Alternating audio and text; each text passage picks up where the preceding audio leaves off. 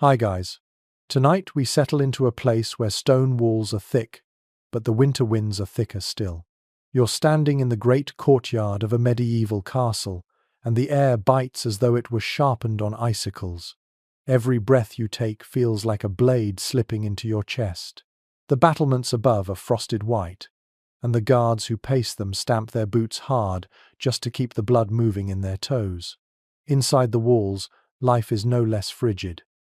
The halls echo with the draught of air sneaking through arrow slits, and the fires never seem quite large enough to banish the cold. So, before you get comfortable, take a moment to like the video and subscribe, but only if you genuinely enjoy what I do here. And please, share in the comments where you are listening from and what time it is right now as you press play. Now, dim the lights. You probably wouldn't survive this night in a castle without a good stockpile. The stones radiate damp, and no matter how many tapestries you drape across the walls, they can't warm the belly. That's where food comes in, or more honestly, where the lack of food becomes painfully obvious. A castle might look impressive from the outside, but during the coldest stretch of winter, it was more like a prison of hunger. Fires in the great hall offered only temporary comfort, and the true battle was fought at the table. Picture yourself stepping onto the flagstones of the kitchen passage. The air here is thicker, filled with smoke that makes your eyes water. Somewhere down the corridor, you hear the crack of logs being shoved onto the fire. The cooks are busy, their sleeves rolled high, and their breath visible even in the supposed warmth of the kitchen. They move quickly, not because the food is plentiful, but because stretching meager supplies takes ingenuity. And ingenuity, in winter, was worth more than gold. Mainstream chronicles describe castles as having ample stores of food, with cellars full of salted meats and grains piled high in sacks. That's true for the richest lords. But the reality for most households was far leaner. Salted pork might last a few weeks, yet by January the flavor turned sharp, the fat yellowing and rancid around the edges. Bread, too, was always there, though not the soft loaves you dream of.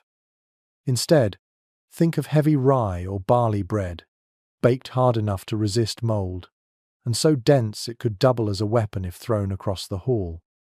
A quirky detail comes from records of trenchers, thick slabs of bread used not as food but as plates.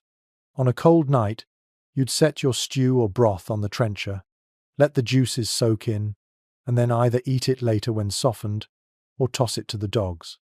Imagine gnawing on that rock-hard bread, teeth aching from the cold, wondering whether the hound got the better deal.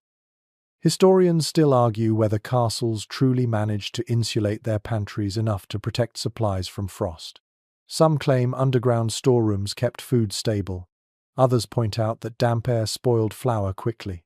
The debate itself highlights how precarious winter survival was.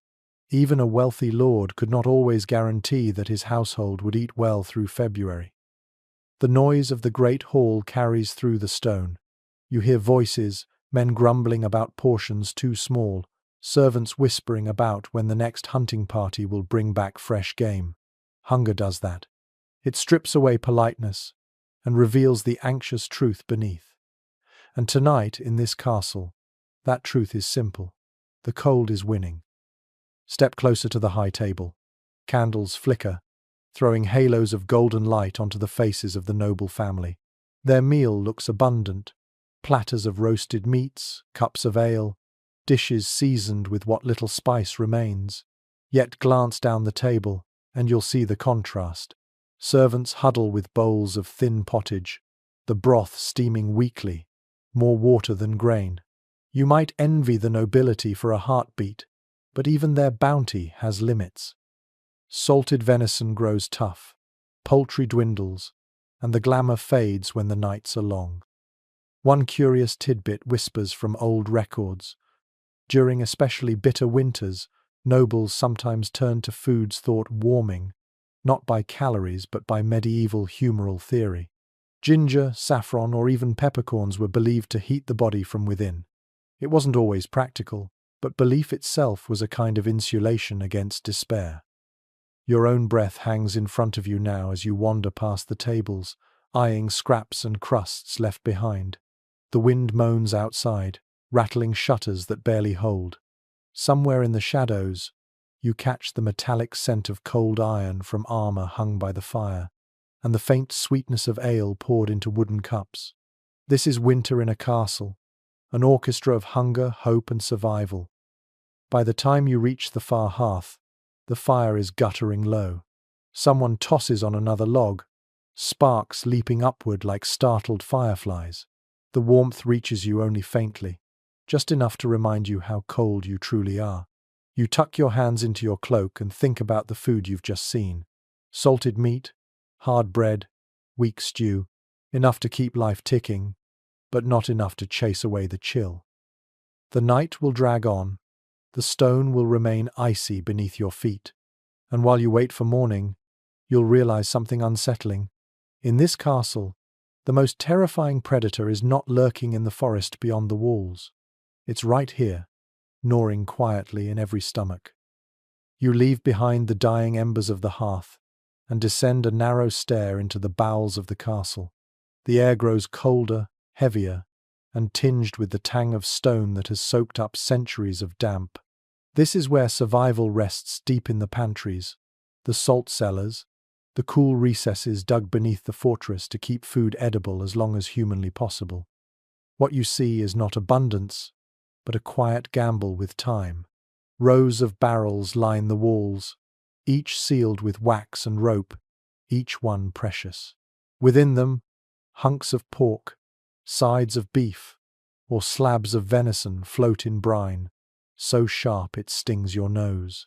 The salt itself had been expensive, carried in from distant coasts, and without it, the winter menu would collapse entirely. You reach into one barrel and imagine the texture rubbery, heavy with brine, tough enough to chew for minutes before swallowing.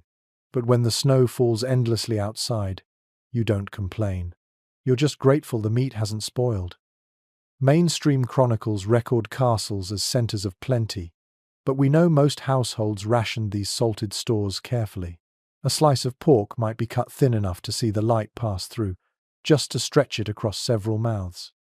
For the servants, the broth in which the meat had soaked might be the closest they'd get to tasting it. A quirky anecdote comes from a 14th century household roll noting how salt fish, particularly herring, became so common in winter that jokes compared castle kitchens to harbours. Imagine a freezing January night, the wind howling through the slits in the walls, and the smell of salted fish pervading every corridor until even your bedclothes carried the scent. Yet historians still argue whether the salting process truly preserved flavour or merely disguised rot. Some suggest the spices often added to these barrels weren't for taste at all, but to cover the creeping sourness of meat gone bad.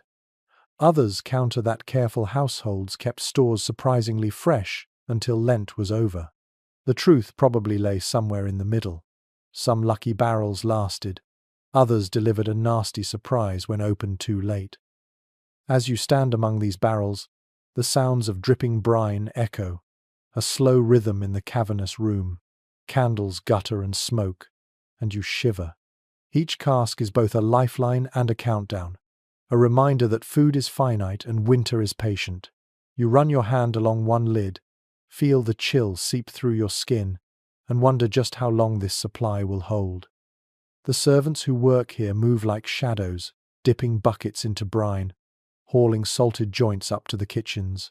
Their arms ache from carrying such loads up the spiral stairs, but no one complains. Every trip keeps the castle alive another night. One boy sneaks a finger into the brine, licks the salty sting, and grimaces. It's hardly appetizing, but in these depths, even salt feels like life. You turn back toward the stair and think of how strange this reliance. Island fresh meat meant feasting, salted meat meant surviving. The noble upstairs might dream of roasted venison with pepper sauce. But down here the reality is far less romantic. Slabs of flesh leaching into liquid, waiting for a cook's ingenuity. And when the blizzards rage outside, nobody dares sneer at a slice of chewy, salty beef. The castle groans as wind presses against its towers, and in the silence that follows, you can almost hear the stomachs rumbling above. Pantries of salted hope, that's what they truly are. Not treasure vaults, not endless bounty, just the brittle line between hunger and endurance. You climb back toward the kitchens, and the smell hits you first. Not fresh-baked baguettes or golden buttered rolls, but something far more severe. The bread of a medieval castle was the backbone of every meal, especially on freezing nights when meat was scarce. It was not the kind of loaf you would proudly set on a modern table. Instead, picture a dark, compact brick, cut from coarse grains, barely risen, its crust so tough you might crack a tooth if you weren't careful. Bread was life, but it was not luxury. Contemporary accounts consistently note that even great households relied on barley, rye, or maslin loaves, a mix of whatever grain was available. Wheat, the prized grain for fine white bread, was so expensive it often graced only the Lord's table, and even then in limited amounts. For everyone else, the bread was heavy, dark, and intended to endure as long as the winter itself. One unexpected glimpse from the era reveals the practice of drying loaves until they were nearly as hard as stone, only to soften them later in broth or ale. These weren't delicate treats, they were survival tools. You could tuck one into your belt and march across icy fields without fear of it spoiling. When hunger gnawed late at night, you dropped it into hot pottage, and slowly, stubbornly, the bread gave way. There remains disagreement among researchers about how trenchers those slabs of bread used as edible plates were consumed. Some argue that they were eaten by the poor after the nobles had finished, while others believe they were so saturated with grease and sauce that they were fed only to dogs. Either way, the sight of these bread dishes in the castle hall tells you something essential. Bread was too valuable to waste, even when its role was secondary. Close your eyes for a moment and imagine the sounds around the trestle tables. A servant drops a trencher with a dull thud, another slices through a round loaf with a sawing motion. The crust flakes scatter like grit on the stone floor. The hall is dimly lit, and as steam curls upward from pots of stew, the bread soaks it in. You take a bite, and the flavor is earthy, sour even, the taste of soil and toil captured in every crumb.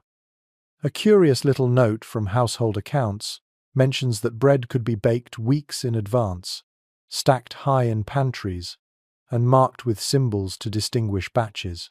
One family's rolls bore tiny cross marks to signify blessed bread, while others were left plain. Imagine being a kitchen servant, rummaging through those piles, looking for the least stale option, and realizing with a sinking heart that least stale was the best you could hope for. The nutritional value mattered more than the flavor. Dense loaves provided the calories needed to keep bodies moving in the unheated chambers. But they carried risks, too. In lean years, when good grain ran short, peasants sometimes ground acorns or peas into flour. The result was filling, but bitter, and sometimes harmful. Specialists continue to wrestle with the puzzle of just how often famine bread, a mix of whatever could be crushed and baked, was eaten inside castle walls. Was it a desperate measure for peasants only, or did even noble kitchens occasionally stoop to such extremes? You glance around the kitchen and see the ovens glowing faintly, heat leaking out like whispers. The baker's arms are dusted white with flour, their brows dripping with sweat despite the chill. They haul out loaves, stack them on wooden boards, and scold young boys who try to snatch pieces while still hot. The rhythm of bread making is timeless. Knead, shape, bake, ration. In winter, though, each loaf feels less like a meal and more like a bargaining chip. Bread shaped more than diets. It shaped hierarchy. Chronicles of the period suggest that a lord might be served fine manchet bread, soft and pale, while his retainers gnawed on coarse maslin. The difference wasn't just in taste, but in symbolism. A slice of white bread implied wealth and rank, while dark bread implied you were lower on the ladder.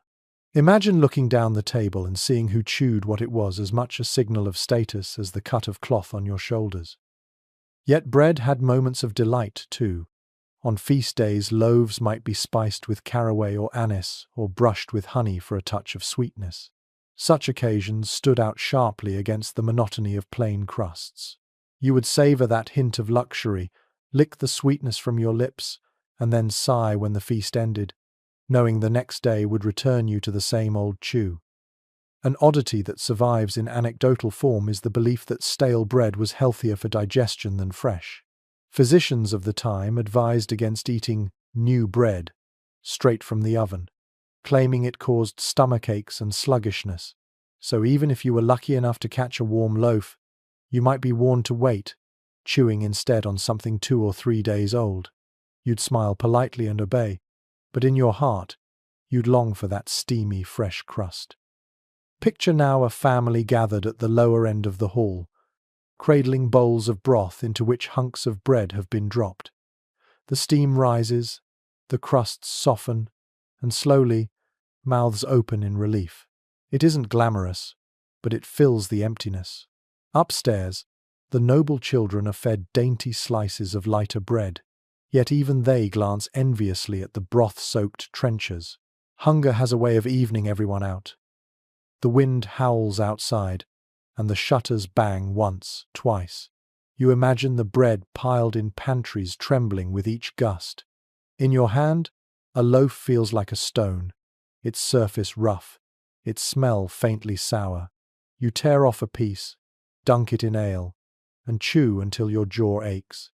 The cold lingers, the hunger lingers, but at least you are eating. And so, as the night deepens, bread remains the silent companion of every soul in the castle. Hard, heavy, sometimes bitter, sometimes sweet, always present. It does not chase away the cold, but it ensures you wake tomorrow with enough strength to light the fire again. In a world of frost and scarcity, a crust of bread is not just food. It is the thin line between despair and endurance. You move closer to the heart of the kitchen, where a massive cauldron bubbles steadily, its surface shimmering with steam that twists upward to meet the blackened beams overhead. This is no delicate pot of soup, it's pottage, the thick and endlessly adaptable stew that sustained castle dwellers more than any other dish. If bread was the foundation of survival, pottage was the mortar that held winter together. Imagine the sound, a wooden ladle scraping the bottom of the cauldron, the occasional splash as ingredients are tossed in beans, barley, chopped carrots, onions, or whatever happened to be on hand. The smell is earthy and comforting, though sometimes tinged with sourness if yesterday's remnants were stirred into today's brew. And indeed, that was the trick. Pottage was never really new. It was a perpetual meal, simmering day after day, fed with scraps and scraps again, thickening as it aged. One well-documented detail from medieval accounts is the reliance on legumes, peas, beans, and lentils as staples in winter pottage. They kept well, filled bellies, and offered strength to labourers who braved the icy winds on guard duty or in the fields. A lord might sneer at such plain fare, but when snow buried the roads, even the highborn were grateful for a bowl of something warm. A curious little note from a 15th century inventory describes the practice of tossing in a bone, not for the meat which was long since stripped, but for the marrow flavour that seeped out slowly over hours. Imagine gnawing hunger giving way to relief as even the ghost of meat enriched the stew. You'd take what you could get, spoon after spoon, the hot broth thawing your frozen fingers as you clutched the bowl. Some experts maintain that pottage was a democratic dish, eaten across all ranks, while others insist that nobles kept a more refined version, enriched with saffron or almond milk. Modern scholarship hasn't fully settled the question, but the truth likely shifted with circumstance. On feast days, the same cauldron might gleam with golden spices, while in harsher weeks it barely stretched to onions and oats. The texture was hearty, sometimes lumpy, and never the same twice.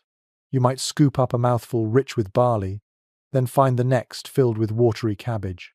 Children would lick their bowls clean, while adults lingered over the steam, reluctant to admit how much they wished for more. There was no shame in asking for seconds, though often the pot was too empty to oblige. Picture the castle hall now. The servants arrive, bowls in hand, ladling out portions from the steaming pot. Wooden spoons clatter against the rims, and voices murmur thanks under their breath. For the poor, pottage was more than food, it was warmth, comfort, and even medicine. Chroniclers describe versions laced with herbs like sage or parsley, believed to drive away chills or soothe coughs. To sip such broth on a frosty night was to imagine, if only briefly, that health and spring might return. An offbeat detail tucked into culinary notes of the era is the notion that pottage could be endlessly renewed. Cooks sometimes claimed a pot had simmered for weeks, constantly replenished. Whether true or exaggerated, the image captures the reality. Food was not served in clean, distinct meals, but in continuous improvisation. Last night's stew became tonight's base, and tomorrow's meal would carry echoes of both. You glance toward the cook, her arms strong from lifting ladles, her face smudged with soot. She wipes her brow with her sleeve, tastes the broth, and frowns. Too thin. She reaches for a sack of barley, sprinkles in a handful, and stirs. The bubbling resumes, thickening slowly, and she nods in satisfaction. That is castle survival in miniature. Never perfect, but always enough to scrape through. The fire beneath the cauldron crackles, filling the hall with warmth. Children press closer, rubbing their hands near the flames, their eyes bright with anticipation. A knight stomps in from the cold, his armor clanking, and sighs with relief as a servant thrusts a bowl into his hands. He doesn't complain about the lack of meat or the monotony of taste. After hours on the battlements, even a thin broth feels like feasting. Experts have yet to reach consensus regarding whether these cauldrons acted as social equalizers. Some argue the shared nature of the dish broke down divisions, everyone ate from the same pot. Others contend that even here hierarchy intruded, with the lord's portion scooped from the richer top, while servants scraped the watery bottom. Both possibilities feel true, depending on the night and the household. Still, the image of pottage lingers as one of medieval resilience. It is a dish of patience, of resourcefulness, of survival in its most practical form. The clatter of spoons, the hiss of steam, the dull comfort of hot barley on the tongue, all of it told you that, for tonight at least, hunger was held at bay. Now imagine yourself with your own bowl. The wooden spoon feels rough in your hand, the broth scalds your lips, and the taste is simple, almost bland. Yet as it slips down your throat, spreading warmth to your chest and belly, you close your eyes and let the night feel a little less cruel. Outside, the wind roars against the towers, but inside, in this circle of firelight and bubbling stew, you are safe. And tomorrow? The cauldron will still be here, bubbling again, gathering new scraps, offering the same comfort. In a world where so much was uncertain, the continuity of pottage was its own quiet blessing. The hall quiets after bowls of pottage are cleared away, but thirst remains. You glance around and notice something curious. No one pours plain water. Jugs, pitchers, and casks are filled with ale, weak, cloudy, and endlessly flowing. In a medieval castle, ale wasn't an indulgence. It was survival itself, especially on the coldest nights of the year when warm liquids could mean the difference between comfort and misery. Contemporary chronicles describe how ale was brewed daily in many castles, often in large batches that varied wildly in strength. The common drink was small ale, a brew with just enough alcohol to make it safe from the bacteria that lingered in well water.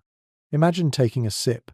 It's slightly sour, faintly grainy, with a foamy top that leaves your lips sticky.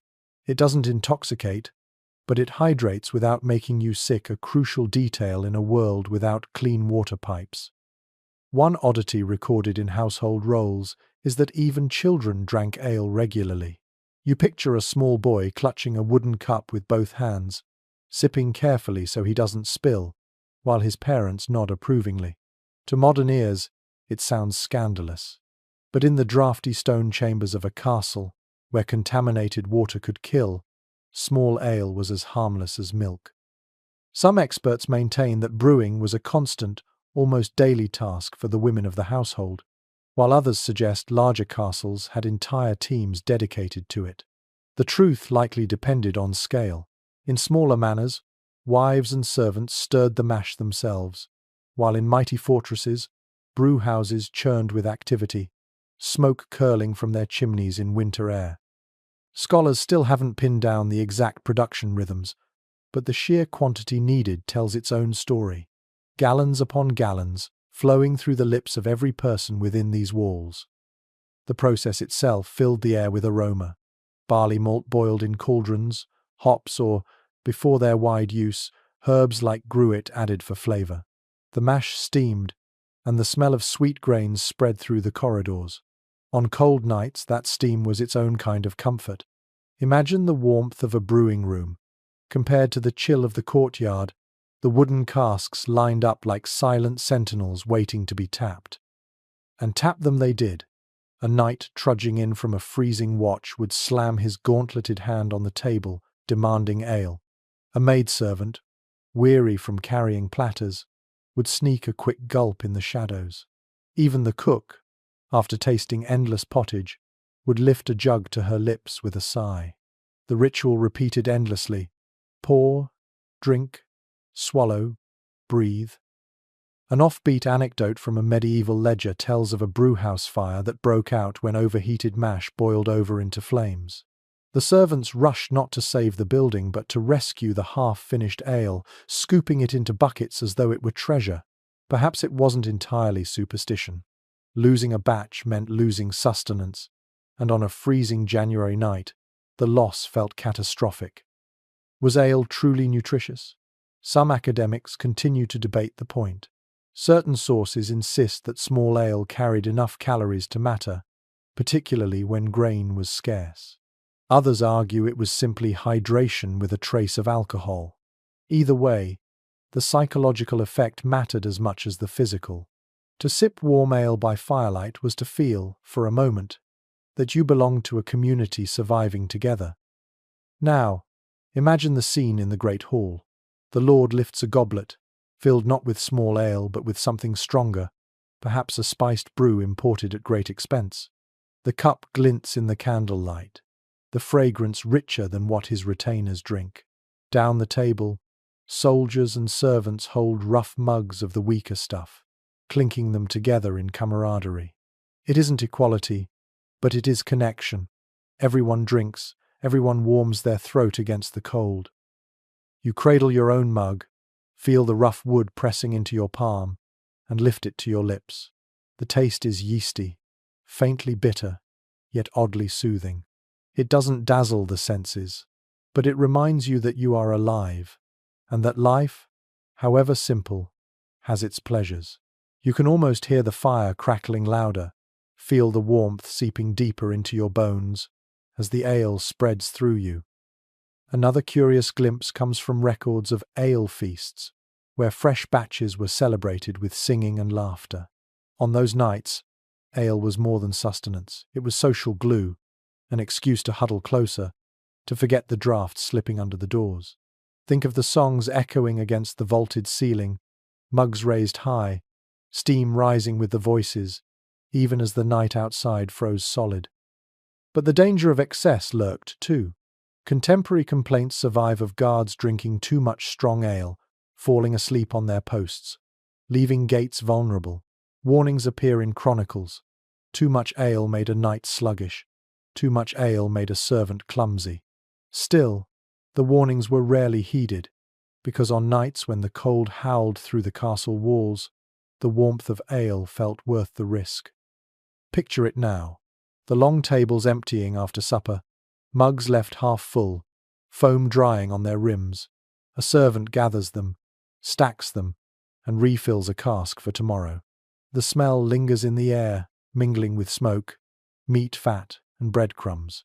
Outside, the snow drifts high against the walls, but inside, the memory of ale remains, cushioning the hunger, softening the night. And so, ale was not merely drink, it was a constant companion. an invisible thread running through every hour of castle life. You sip again, set down your mug, and lean back. The cold is still there, biting at your toes, but for a fleeting moment you feel warmed, fortified, almost content. The echoes of clinking mugs fade into the draughty quiet of the great hall, and soon your gaze turns toward the cellar where another treasure waits. Wheels of cheese, wrapped in cloth and rubbed with salt, sit stacked like squat sentinels against the winter hunger. If salted meat and coarse bread kept bodies alive, it was cheese that offered variety and a faint comfort of richness during the bleakest nights. Inventories from castle accounts often note cheese by weight, sometimes listing entire stones' worth reserved for winter. You picture the steward's careful hand as he tallies each wheel, frowning at the dwindling supply. Unlike soft cheeses of today, most medieval varieties were firm, sharp, and designed to last months in cool storage. They were food, but they were also strategy calories locked safely away until needed. One unexpected glimpse from a manor roll reveals that cheese was frequently doled out as payment to servants or labourers. Imagine receiving a hunk of aged cheddar-like curd as your weekly wage. It might not seem glamorous, but in a frozen castle where every bite mattered, it was nearly as valuable as coin. There remains disagreement among food historians about how widely different cheese types were available. Some argue that peasants relied mostly on simple, fresh curds, while the wealthy enjoyed access to imported or spiced wheels. Others suggest the line blurred, with hard, salted cheeses reaching all ranks during famine years. The lack of consensus only underscores how essential this food was, crossing boundaries of class when winter closed in. You reach out to touch one of the wheels resting in the cellar. The rind is rough beneath your palm, faintly oily, with the tang of fermentation sharp in the nose. Candlelight glimmers off its curve, and you imagine the flavour nutty, salty, almost gritty on the tongue. Not a luxury by modern standards, yet on a bitter night, such richness feels like feasting.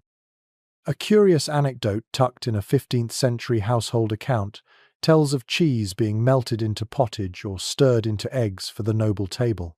But lower down the hall, servants might shave off slivers to sprinkle over their stale bread, transforming monotony into indulgence. You can almost see the satisfaction on their faces, the crust softening beneath a smear of cheese, the flavour clinging to their lips as they lick them clean. Scholars continue to discuss whether monasteries or castles produced the greater share of cheese.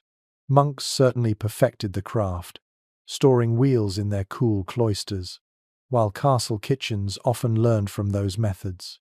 The debate remains, but what is clear is that when the snow piled high and roads were impassable, the wheels kept hunger at bay long after fresh milk had vanished. Now envision the dairy stores in mid-January. The air is biting, but the smell is unmistakable. Sharp, tangy, almost pungent, lingering around the shelves.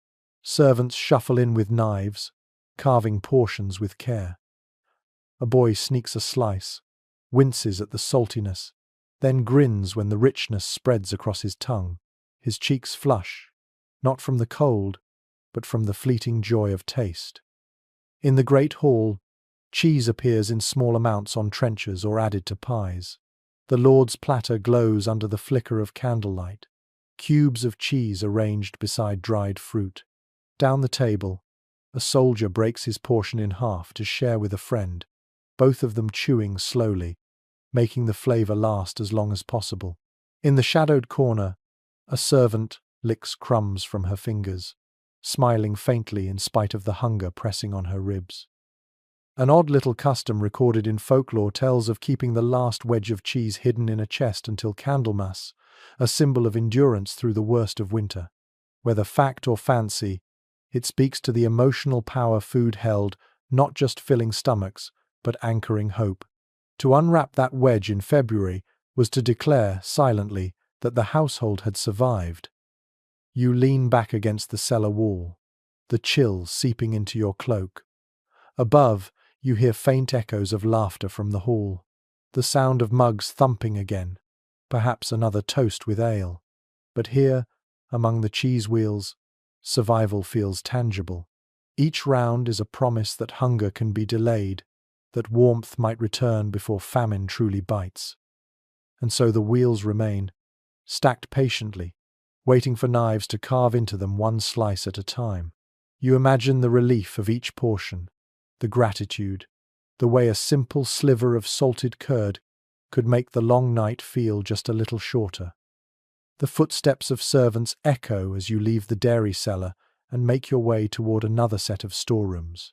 Here the air is cooler still, heavy with the smell of earth, and faintly sweet with the breath of sleeping vegetables. For in the depths of winter, when fresh greens had long disappeared from the fields, it was onions, leeks, and turnips that carried castle folk through the darkest nights. Chronicles of provisioning accounts consistently note sacks of root vegetables stored in underground chambers.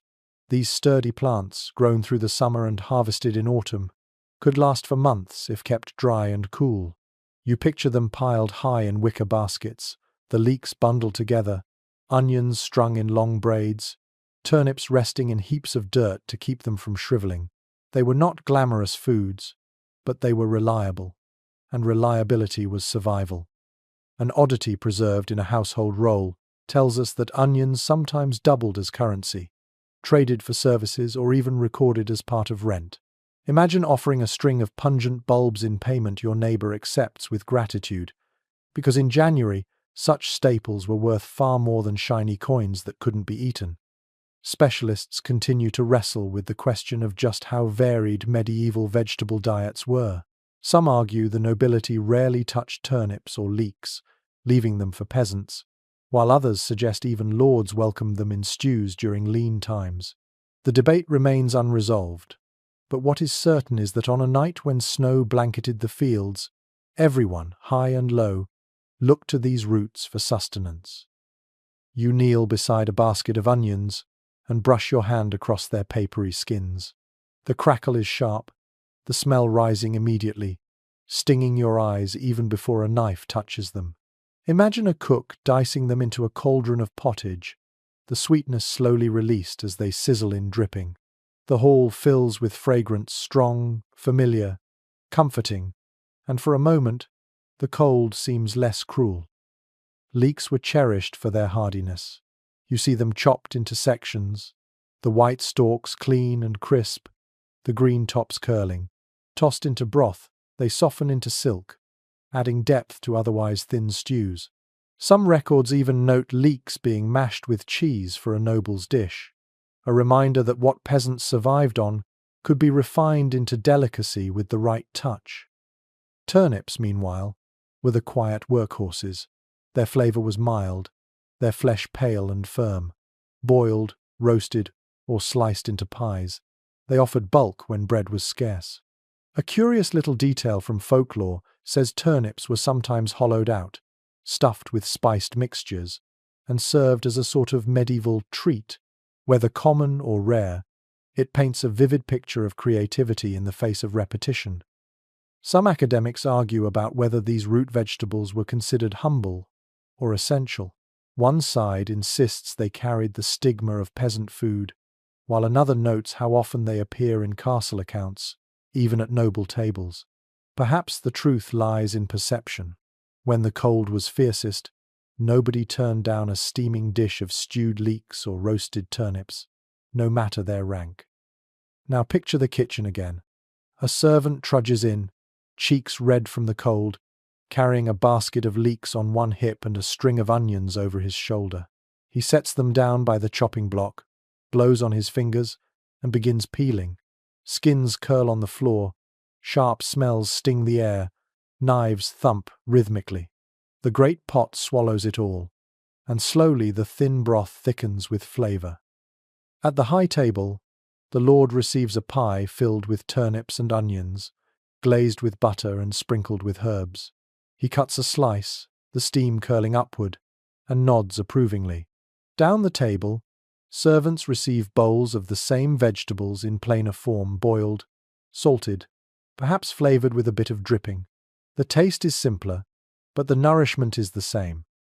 An amusing tidbit survives in a medieval herbal that claims onions heat the body and stir the blood. Whether true or not, You can imagine the comfort of believing it on a freezing night. To bite into a hot, pungent bulb and feel warmth spread inside, you must have seemed like proof enough. The wind rattles the shutters again, and you imagine the vegetables stored deep below, steady as stone, waiting their turn in the pot. They may not dazzle the palate, but they carry a household quietly from one week to the next. In a season when luxury foods dwindled, these roots and bulbs became lifelines, anchors against famine. You scoop up a piece of roasted turnip, its edges caramelized, its center soft and steaming. The flavor is humble, earthy, a little sweet. You chew slowly, feeling strength return, your belly settling. Around you the hall hums with similar satisfaction. No one is feasting, but no one is starving either. And in a castle winter, that alone was victory. So, onions, leeks, and turnips may not sparkle like spice or dazzle like roasted venison, yet they endured. They fed bodies, calmed fears, and marked the slow passage of nights until spring's green shoots would appear again. In their quiet way, they were the true heroes of the pantry, unseen but indispensable. The air in the hall feels heavy with smoke, bread, and broth, but tonight something unusual wafts from the Lord's high table. It is sharper, more exotic, almost fiery, a pinch of spice stirred into a dish, a fleeting sensation of warmth that seems to ignite the senses even before it touches the tongue. In the middle of winter, when everything tasted of salt and starch, spices were not just flavor, they were fire itself, a taste of far-off lands carried into the frostbitten stone of the castle. Contemporary records of trade show how cinnamon, pepper, and cloves travelled thousands of miles, packed into ships' holds and overland caravans, changing hands again and again before arriving in Europe. To sprinkle even a dusting of these onto food was to spend extravagantly. A dish seasoned with cloves might cost as much as a month's wages for a servant. Imagine the awe and envy in the hall when the Lord's trencher steamed with such fragrance. One unexpected glimpse comes from a surviving banquet account noting powder of ginger, used in small quantities to season pottage. Not enough to overwhelm, but just enough to add a tingle that tricked the body into feeling warmer. On a night when snow hammered at the shutters, such a sensation was as much psychological as culinary. There is ongoing discussion in historical circles about how frequently spices were actually used in everyday castle meals. Some scholars argue they appeared only on great feasts, to impress guests with wealth. Others suggest they crept into kitchens more often, in subtle pinches, to mask the sourness of salted meat or the mustiness of stale grain. Both views carry weight, and perhaps the truth was as varied as the households themselves. Picture the great hall again.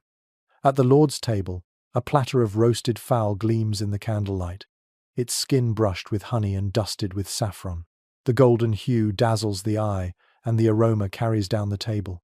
Servants pause mid-chew, noses twitching, eyes darting toward the sauce. Their own bowls hold plain broth and bread, but for a fleeting moment, the fragrance makes them imagine richer flavors on their tongues. A curious note from medieval cookbooks reveals that pepper was the most prized of all, not just because of its flavor, but because it was measurable and tradable, worth its weight in silver in some ports. A pouch of peppercorns could ransom a prisoner or seal a political bargain. You imagine a steward locking such spices in a chest, counting the grains as carefully as coins. In winter, when meals grew monotonous, the temptation to reach into that chest must have been immense. And then there is saffron. Thin red threads, delicate and costly, sometimes valued more than gold.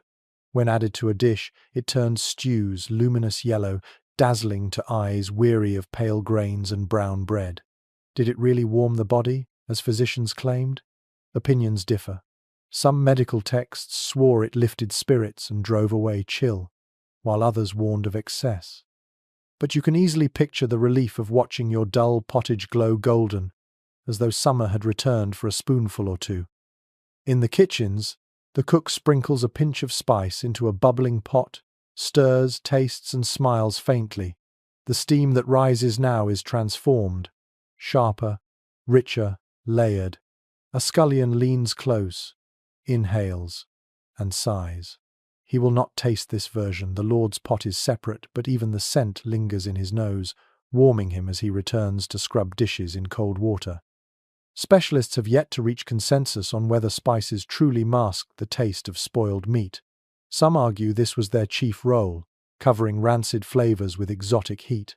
Others insist that nobles valued freshness and would never tolerate spoiled food, using spices instead as symbols of wealth and status. Perhaps, as often in history, both were true. Spices dazzled on feast days, but also quietly rescued a barrel of meat when winter's dampness worked its rot. An odd little tale survives of a servant caught stealing a handful of cloves from the pantry. His punishment was severe, not because of the theft itself, but because those tiny buds represented a fortune. To steal a clove was to steal prestige, comfort, and warmth from the entire household. You imagine his trembling hands, the scent of cloves still clinging to his fingertips as he begged forgiveness. Now envision the hall on a bitter January night. The wind shrieks beyond the walls, but inside, the nobles lean over plates glowing with saffron, spiced sauces dribbling across roasted meats. Down the benches, the lower household gnaws bread and onion, their mouths watering at the scent drifting their way. The hierarchy is palpable, drawn not just in clothing or seating but in taste. Spice divides as much as it delights. Still, every once in a while, a scrap trickles down. A trencher soaked with spiced sauce is tossed aside, and a servant catches it eagerly. For him, that single bite carries not only warmth, but a taste of faraway lands he will never see. The spice speaks of deserts, caravans, and ports, of worlds beyond the icy walls of the castle. In that instant, he is not just surviving winter, he is tasting adventure. You sip from your own trencher now. Imagine the faint heat of pepper dancing on your tongue. It isn't much, but it lingers, a glow that spreads through your chest. The candlelight seems brighter, the draught less cruel. Spices were never meant to fill bellies, they couldn't compete with bread or cheese, but they fed something equally essential, the spirit. So in these castles, during the coldest nights, spices were sparks in the gloom, fleeting, extravagant, but unforgettable. They lit up meals the way fire lit up the hearth, reminding all who tasted them that winter, however long, could still hold moments of warmth and wonder. The glow of saffron-yellow stews and pepper-spiced roasts fades as you let your gaze drift from the Lord's high table down the length of the hall. Here, at the far end, where the draughts creep in under the doors and candlelight dims, another story unfolds. This is the story of contrast, of abundance gleaming under silver platters for the noble family, and of scraps, crusts, and watery broth for the servants, soldiers, and kitchen drudges who keep the castle alive. Contemporary accounts in household records consistently note a sharp divide in provisions. The high-born ate the white bread of fine wheat, the blancmange of rice and almond milk, and the roasted meats seasoned with costly spices. Everyone else, meanwhile, filled their bellies with maslin bread of mixed grains, onions, cabbage, or thin pottage stretched until the last ladle scraped the pot. The divide was not hidden, it was on full display, visible every night in the seating arrangements, the dishes, even the quality of tableware. An unexpected glimpse from a surviving kitchen ledger shows the difference in portions. One goose might be allotted to the Lord and his family alone, while its dripping the fat and juices collected during roasting was poured over bread for the servants. To the hungry, that greasy slice was treasure. You can almost feel the way they licked their fingers afterward, savouring the richness that the nobles barely noticed. There remains debate among scholars about how rigidly this food hierarchy was enforced. Some argue that lords occasionally invited favoured retainers to share richer fare, blurring the lines.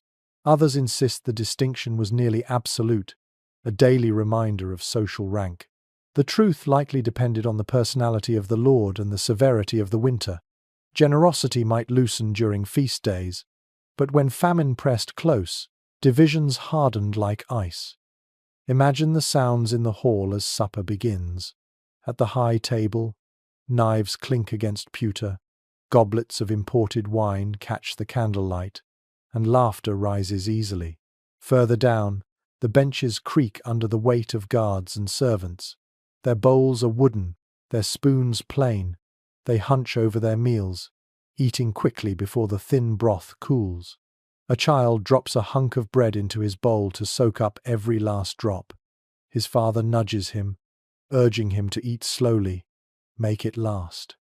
An odd little detail emerges from chronicles of large banquets. Once nobles had finished, the remains, the trenchers soaked in gravy, the bones with bits of meat still clinging were sometimes collected for the poor outside the castle gates. It sounds charitable, yet you realize what it really means. The difference between nobility and peasantry could be measured in leftovers. To receive a trencher stained with sauce was to taste, indirectly, the luxury enjoyed by others. Specialists still argue whether servants truly resented these divisions, or whether the starkness of medieval hierarchy made it feel natural, even inevitable. Some point to records of grumbling, where soldiers complained of thin rations, while others note the loyalty of retainers who endured despite scarcity. Perhaps it was both. Envy simmered quietly in the belly, even as obedience ruled the outward gesture. Picture yourself walking along the hall now. At one end, the noble family leans back, satisfied, wiping their lips with cloth napkins. A roasted swan, its feathers redressed and gilded, sits half-picked on a platter. At the other end, a guard gnaws a turnip, his teeth grinding the fibrous flesh, his eyes darting toward the high table. He doesn't speak the thought aloud, but you can see it written on his face. Two worlds, divided by little more than a line of trestle tables. A curious anecdote tucked into an English household account tells of kitchen boys stealing from the dripping pan those pools of fat that collected beneath roasting spits. They were caught, scolded, sometimes beaten, yet the temptation was too great. Dripping transformed hard bread into luxury, and hunger has always had sticky fingers. You imagine their hearts pounding as they snatched a quick taste, then hurried back to their chores with grease still shining on their lips. And yet, despite the inequality, there was a rhythm to it all that kept the household functioning. Everyone knew their place. The lord displayed his wealth through food, the servants endured on scraps, and together the system held. On holy days or great feasts, the boundaries sometimes softened. Extra portions might trickle down, a trencher of meat might be shared, and for one night the cold stone of hierarchy seemed less unyielding. But when the winter pressed hardest, the division grew sharper. Imagine a February night when the storerooms were nearly bare. The lord's family still received meat and cheese, while the servants slurped watery cabbage soup. Resentment lingered in the shadows, but survival demanded silence. To complain too loudly was to risk dismissal, or worse, starvation outside the castle walls. You sit now at the lower end of the hall, a rough wooden bowl in front of you. Inside is little more than pottage, flavored with a sliver of onion and a crust of bread gone soft. The steam warms your face, and you clutch the bowl as though it were treasure. At the far end, laughter echoes. A roast is carved, goblets clink. You close your eyes, inhale deeply, and eat what you have. Hunger does not wait for fairness. So the castle on winter nights was not just a fortress of stone, it was a fortress of contrasts, lavish at one end, meagre at the other, yet bound together by the same cold walls and the same roaring wind outside. Food told the truth no words dared to say, here is power, and here is survival. The smell of roasted fowl and spiced sauces lingers faintly in the hall long after the feast ends. Yet, when you step into the cold passageways beyond the firelight, another truth emerges. Meat was elusive, and on the coldest nights it was rationed with painful care. Venison, pork, and mutton were the staples, but they were not bottomless supplies. Hunting grounds froze, herds grew thin, and the distance between craving and reality widened with every passing week of winter. Contemporary inventories consistently list salted pork and preserved mutton as the backbone of castle diets. Great slabs of it were packed into barrels, salted until the flesh stiffened. When fresh meat was scarce, these barrels were tapped carefully, their contents rationed one joint at a time.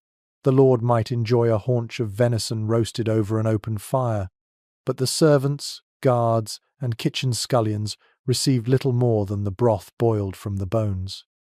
A curious detail tucked into the household accounts of a 14th-century castle notes that venison was so valuable that entire hunts were arranged purely to refill larders for winter. Imagine a party of hunters wrapped in furs, riding through frosty woods, hounds baying in the snow. The catch, a stag brought down after hours of chase, was carried triumphantly to the castle. Yet the triumph was short-lived. Much of the venison was salted immediately, destined not for feasting but for storage, to stretch across long weeks when the woods offered nothing. Some historians argue that pork was the true winter meat, easier to raise and preserve, while venison remained a luxury item for show. Others counter that hunting was central to noble identity, making venison as much a social necessity as it was a meal. The debate continues. But the evidence is clear. When the snow fell thick, it was not abundance but scarcity that ruled, and every cut of meat became a calculation. Now picture the castle kitchens on such a night. The spits turn slowly, dripping fat onto pans below. The smell of roasting pork spreads across the hall, but the portions are smaller than you expect. The lord's platter receives thick slices, seared and glistening, while the guards at the lower table gnaw at thinner scraps. A child licks the bone until nothing remains, and then chews the marrow, eyes closed in concentration. For him, even the bone is a prize. An unusual anecdote survives from the writings of a monastic chronicler. One winter, the meat ran so short that a household resorted to boiling hides, scraps of leather softened into a bitter broth. Whether exaggerated or true, it reflects the desperation that hunger could inspire. Picture the taste. Acrid, tough, hardly food at all, yet still swallowed with the hope of staving off starvation. The preservation of meat was its own precarious art. Barrels of salted beef might sour if the brine grew weak. Smoked hams could mold if damp crept in. Stewards fretted constantly, checking casks, turning cuts, scraping away suspicious spots. A single spoiled barrel meant not just waste, but danger. Illness lurked in spoiled meat, and in a world already weakened by cold, such illness spread fast. Experts remained divided over whether spices were primarily used to mask such spoilage or simply to flaunt wealth. Some maintain that pepper and cloves disguised the tang of meat gone slightly bad, while others insist nobles would never tolerate such risk. Perhaps both are true. A pinch of spice might brighten a tough slice, or, more grimly, render it palatable enough to eat. Step now into the great hall on a February evening.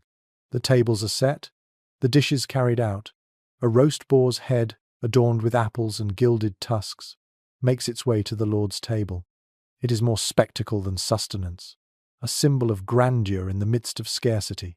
Further down, soldiers receive boiled mutton, grey and stringy, ladled into bowls with thin broth. They eat quickly, silently, grateful yet unsatisfied. Another curious tidbit lies in folklore. Some castles believed that the first slice of meat carved at the high table held protective power. Servants whispered that eating it would bring luck through the rest of winter. Whether true or not, such beliefs reveal how precious each portion was. Meat wasn't just food, it was reassurance, a talisman against the gnawing fear of famine. You take a bite in your imagination now. The slice is salty, tough from preservation, but the fat melts slightly on your tongue. For a moment, you savor the richness, your belly sighing in relief. Yet as soon as it is gone, you crave more, and the emptiness creeps back in. That was the cruel rhythm of meat in a medieval castle. Treasured, fleeting, never enough. The fires crackle, the bones are stripped, and soon only the scent remains. Servants gather the leftovers, boiling bones for tomorrow's pottage, scraping fat into jars for dripping. Nothing is wasted. for nothing can be spared. Outside, the wolves howl beyond the frozen woods, hungry themselves. Inside, hunger is quieter but no less fierce, pacing the hall like an invisible beast. So, on the coldest nights, meat was both prize and memory, something to stretch, to ration, to dream of, even when your plate held none. It fed not only the body but also the imagination, reminding everyone that spring might return, and with it, the hunt, the herds, the taste of plenty once more. The candles flicker low in the hall, and the remains of salted pork and venison bones are cleared away. But not every night could be marked with meat, and in fact, many nights were deliberately stripped of it. For the rhythm of life in a medieval castle was bound not only to the seasons, but also to the calendar of the church, and that calendar was relentless. It told you when to feast, when to fast, and when in the dead of winter your bowl would hold fish instead of meat. Ecclesiastical rules demanded abstinence from flesh on Fridays, on the vigils of holy days, and for long stretches of Lent and Advent. Imagine the frustration. On the coldest nights, when your body begged for the heaviness of pork fat, the cook was instead boiling salted herring. A knight stomps into the hall after a bitter watch on the battlements, armor iced over, belly aching, and what greets him? A slab of fish so dry it nearly crumbles in his hand. Household accounts consistently show vast purchases of salted or dried fish, sometimes brought from distant coasts, sometimes from rivers nearby. Barrels of cod, herring, or eels-lined castle cellars, stacked beside the salted pork, waiting for their mandated nights. The smell was pungent, sharp enough to sting the nose. Imagine walking past the stores, the brine dripping onto the stone floor, the odor of the sea haunting even a landlocked fortress.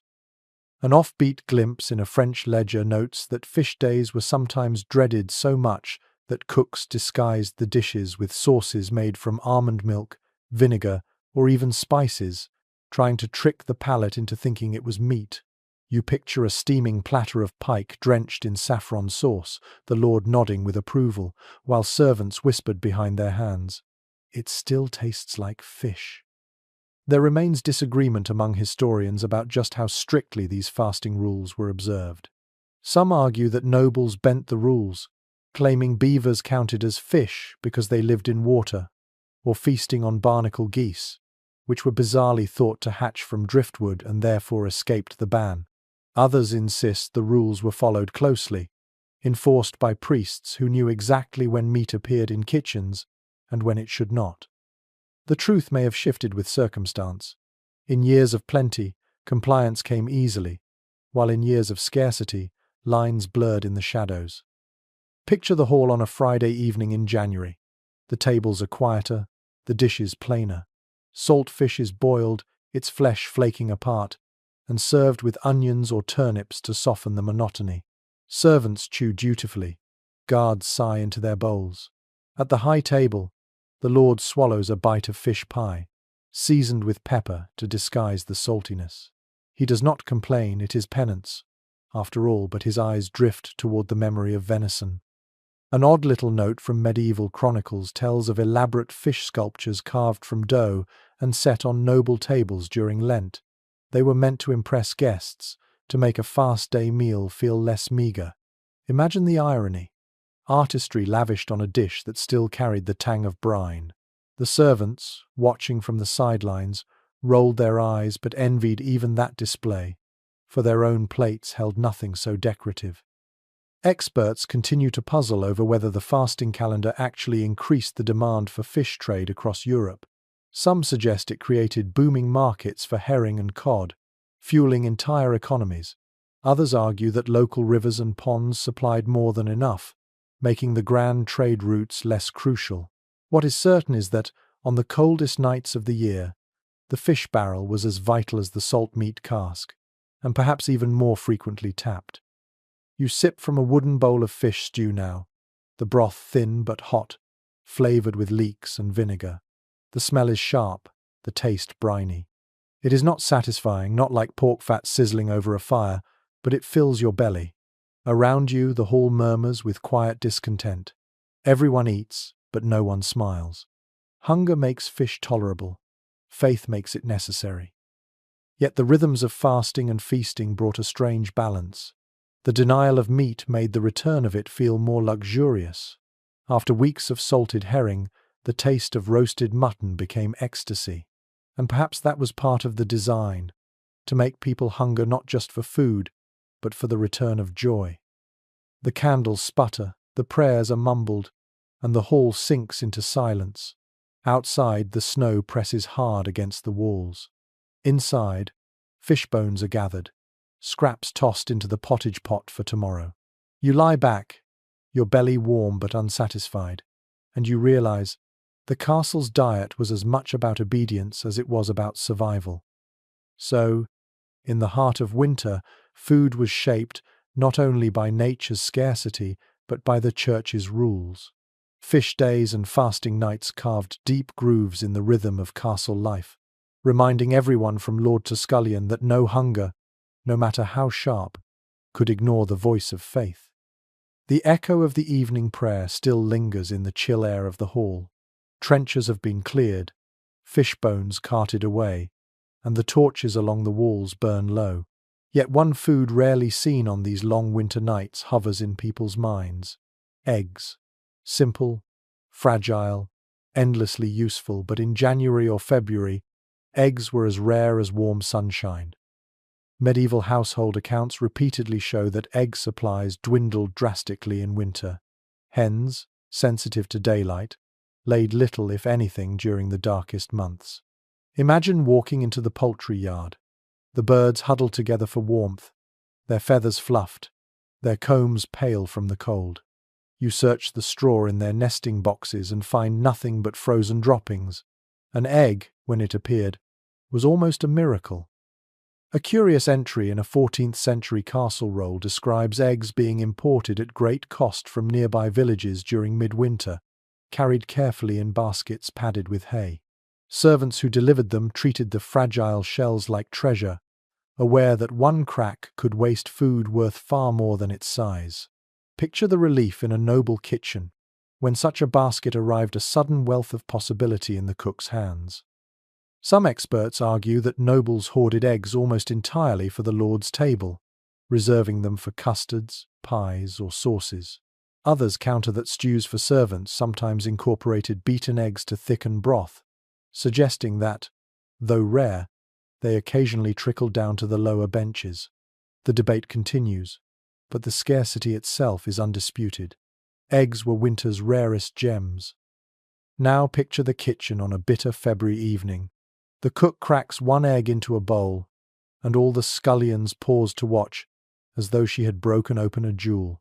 She stirs it into a pot of hot almond milk, whisking quickly until the mixture thickens into a custard. The golden steam rises, filling the air with a fragrance so different from salted fish or onions that everyone inhales deeply, hoping for a taste. Only a few spoons will reach the lord's table, but even the smell is intoxicating. An amusing anecdote from a medieval household manual claims that cooks sometimes preserved eggs by coating them in wax or ash, stretching their shelf life for months. Whether this was widely practiced is uncertain, but you can imagine the surprise of finding a half-dozen eggs in January, carefully sealed and hidden away, like secrets waiting to be revealed. Specialists continue to wrestle with the question of how eggs fit into fasting rules. On some days they were permitted, on others, strictly forbidden, classified as animal flesh. This inconsistency must have been maddening for cooks, who were forced to juggle not only scarcity but also doctrine. Imagine the confusion in the kitchen. The priest insists eggs are banned, the steward waves a household role that suggests otherwise, and the cook, exasperated, sets the eggs aside until someone decides. For those lucky enough to taste them, eggs brought variety. Hard-boiled and sliced over bread, whipped into sauces, or baked into pies with cheese, they transformed simple meals into something memorable. A single egg could stretch an entire dish, binding ingredients together, thickening stews, or adding a touch of richness where none existed. Picture the hall on one such night. The Lord receives a pie glazed with beaten egg, its crust shining golden in the candlelight. He slices into it, steam curling upward, and nods in approval. Down the table, a servant gnaws on dark bread, glancing enviously at the gleaming crust. The difference between the two plates is not just taste, it is light itself. The egg glows with the promise of spring, while the servant's bread remains dull, heavy, unyielding. A curious superstition recorded in folklore says that eating the first egg laid after Christmas brought luck for the household. Perhaps it was symbolic, proof that even in the depths of winter, life continued, fragile yet persistent. Imagine a steward cradling such an egg carefully, presenting it with solemnity, and the cook deciding whether to boil it, bake it, or simply keep it whole as a talisman. You lift an egg in your hand now. Feel its smooth, cold shell. It seems impossibly delicate compared to the rough bread and salted meat that dominate winter meals. And yet, within it lies richness, yolk golden as sunlight, white clear as ice, both waiting to nourish. You imagine cracking it into a pan, hearing the sizzle, smelling the warmth. In that moment, you understand why eggs were coveted, hoarded, argued over. They were small, but they were everything. So, during the coldest nights in medieval castles, eggs were both absence and dream, rare enough to spark envy, precious enough to divide the hall, versatile enough to transform a meal.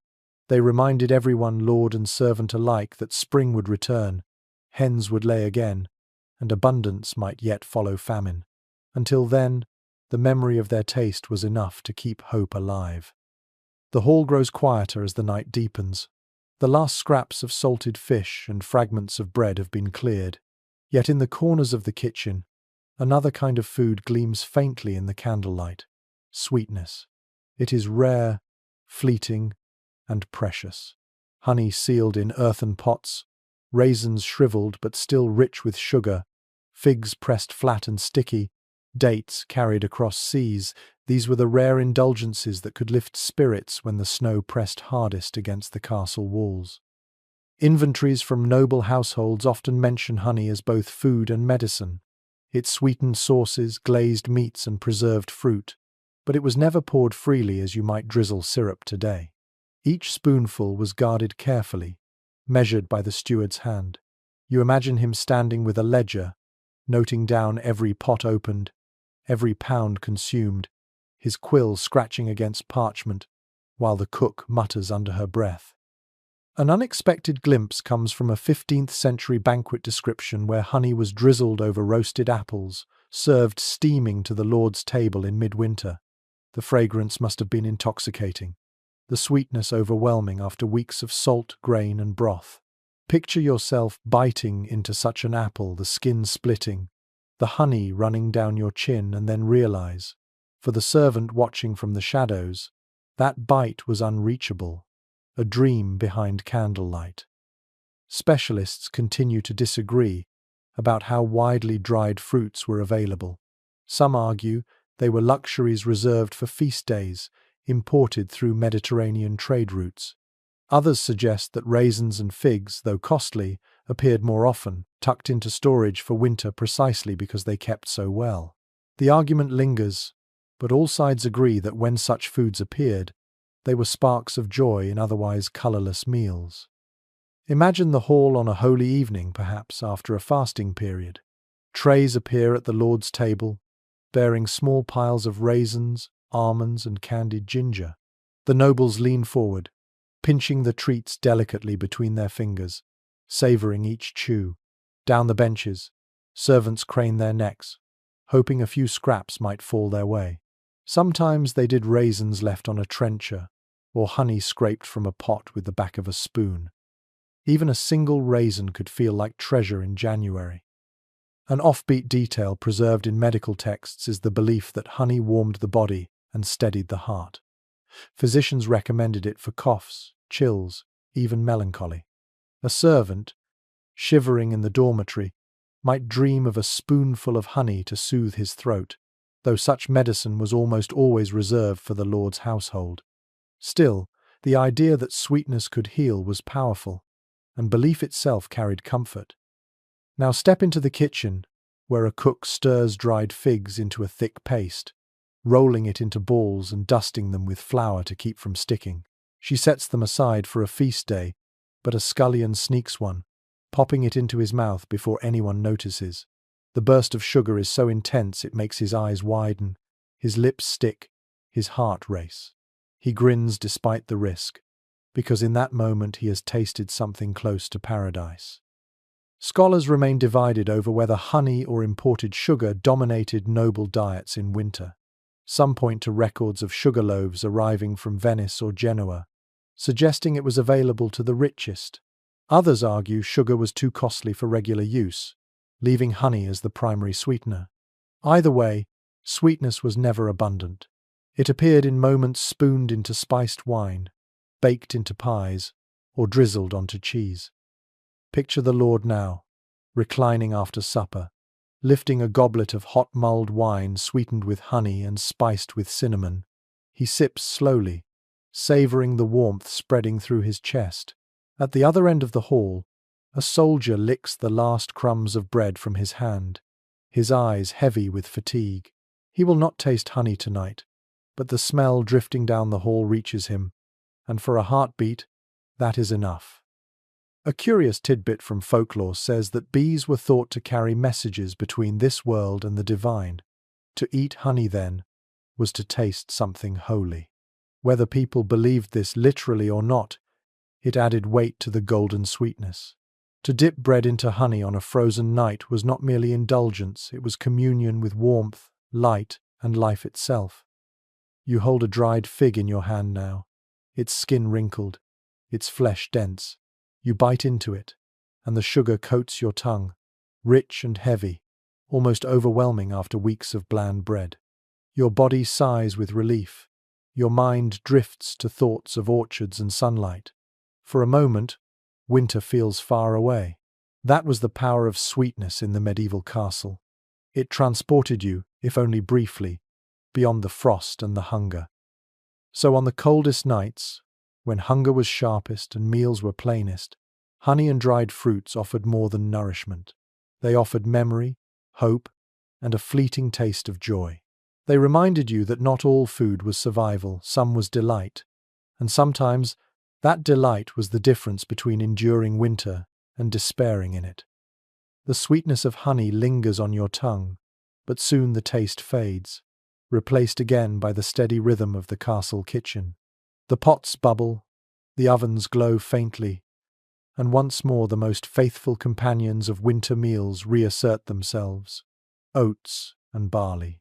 If bread was the body of sustenance and meat the dream of plenty, porridge and gruel were the quiet heartbeat of survival. Contemporary accounts of provisioning rolls regularly mention sacks of oats stored in storerooms, stacked high against the stone walls. Oats thrived in the harsher climates of northern Europe, while barley was often more dependable than wheat in poor soils. These grains were cheaper, sturdier, and more filling than most alternatives. Imagine the cook's relief as she reached for a sack of barley when other supplies ran low. It meant she could thicken broth, stretch stew, and, if nothing else, make porridge. One curious glimpse comes from a 13th century household account, noting how porridge was eaten at nearly every meal by servants. Sometimes flavoured with onions, sometimes sweetened with a drop of honey if fortune allowed, but usually plain, a bowl of steaming mush, grey and lumpy. Picture a soldier sitting on a bench, spoon in hand, lifting porridge to his lips, blowing to cool it. He doesn't smile, but he doesn't frown either. It fills him, and that is enough. Experts still debate whether porridge was viewed as lowly food or as a staple accepted by all ranks. Some argue that nobles sneered at it, preferring bread and meat, while others point to recipes for barley gruel, enriched with almond milk and saffron, luxurious touches that transformed the humble dish into something worthy of the high table. Perhaps porridge, like so much else, was elastic, meagre in one bowl, magnificent in another, depending on the hands that stirred it. Imagine the hall on a bitter morning. The sun hasn't yet risen, the frost thick on the window slits, and servants gather with bowls of porridge steaming in their hands. The wooden spoons scrape softly, the smell is faintly nutty, and the warmth spreads slowly from the inside out. Children eat eagerly, their lips shining with steam, while adults chew dutifully, aware that porridge will keep them standing through hours of cold labour. An offbeat detail tucked into medieval remedies suggests porridge was sometimes prescribed for ailments. Barley water, thin and bland, was thought to soothe fevers and coughs.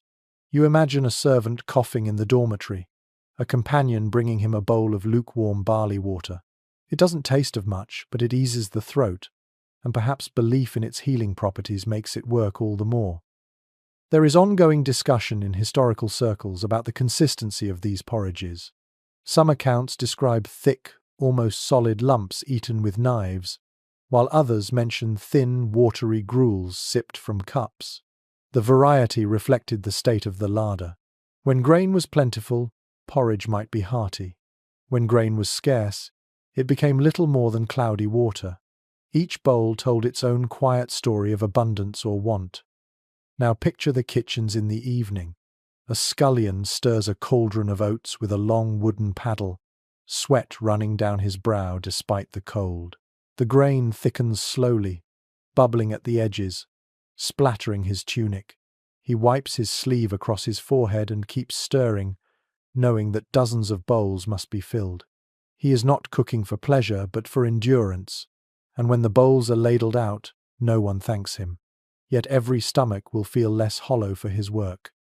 A curious anecdote survives of a feast where the Lord, mocking his soldiers, demanded they eat barley porridge at the high table as peasant fare. The soldiers complied, spoons clinking, while the Lord laughed. But in truth, they did not mind. They were used to porridge, they knew its comfort. If anything, the Lord was the one missing out, blind to the humble satisfaction of grain and warmth. Picture yourself with a bowl now. The porridge is thick, slightly lumpy, with the faint scent of smoke from the fire. You scoop a spoonful, taste the earthy sweetness of barley, the grainy chew of oats. It is not delicious, but it spreads warmth down your chest, filling the hollow inside. You lean back, sigh, and let the heat seep into your bones. Outside, the snow presses against the castle walls. Inside, you feel a little stronger. And that was the role of oats and barley in the coldest nights of the year. They did not delight, they did not impress, but they endured. They waited in sacks, ready to be boiled, ready to thicken a pot, ready to silence the growl of a stomach. In their quiet, humble way, they were the fuel that carried the castle through frost and famine alike. So when you imagine the grandeur of medieval feasting, do not forget the porridge. Behind the gilded platters and the roasted swans, behind the banquets with music and laughter, the true sustenance was a bowl of grain, steaming in the hands of a weary servant. It was not glory, but it was survival, and survival was the richest prize of all. The fire in the kitchen spits and crackles as you drift closer to the wooden tables where the cooks work their craft. Amid the salted meats, porridge pots, and root vegetables, another staple of winter life emerges: pies. Not the flaky, buttery pastries you might crave today, but thick-crusted fortresses of dough, built less to delight than to endure.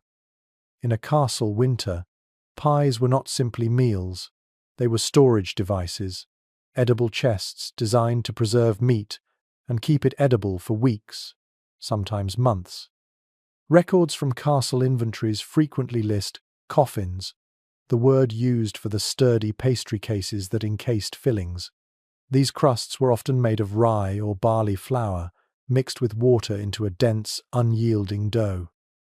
The goal was not tenderness but strength, a barrier against air, rot, and insects.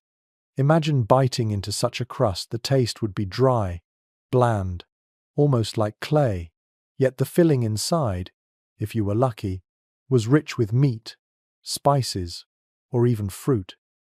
One unexpected detail comes from a 15th century English recipe collection, which describes sealing pies with melted fat poured into the crust after baking. This layer hardened, locking out air and keeping the meat moist. It was ingenious, if somewhat unappetizing to modern eyes. Picture the cook pouring ladlefuls of hot tallow into a pie, the liquid hissing as it hit the crust, the servants watching, knowing that this meant the dish would last until February's end. Some historians argue that pies were primarily tools of preservation, rarely eaten in one sitting.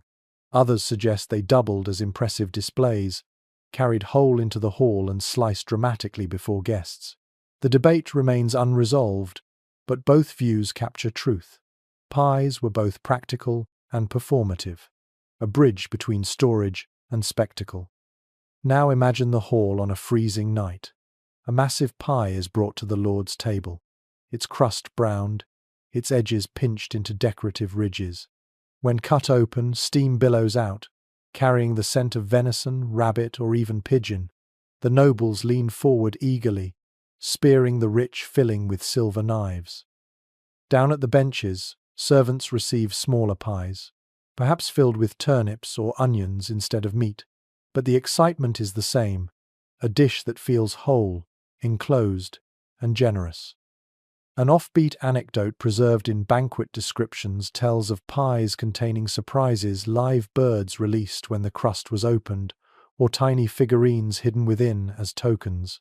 Such spectacles were rare, of course, but they reveal how pies could dazzle beyond their role as storage. Imagine the gasp of the hall as sparrows flew upward, the laughter echoing under the rafters. Even if the filling was plain, the drama nourished the spirit. Scholars continue to puzzle over how often the crust itself was eaten. Some sources insist it was discarded, too tough to chew. Others argue servants consumed the softened edges once the filling was gone. Perhaps the truth lies in class. For the noble, the crust was a container. For the hungry servant, it was food, no matter how hard.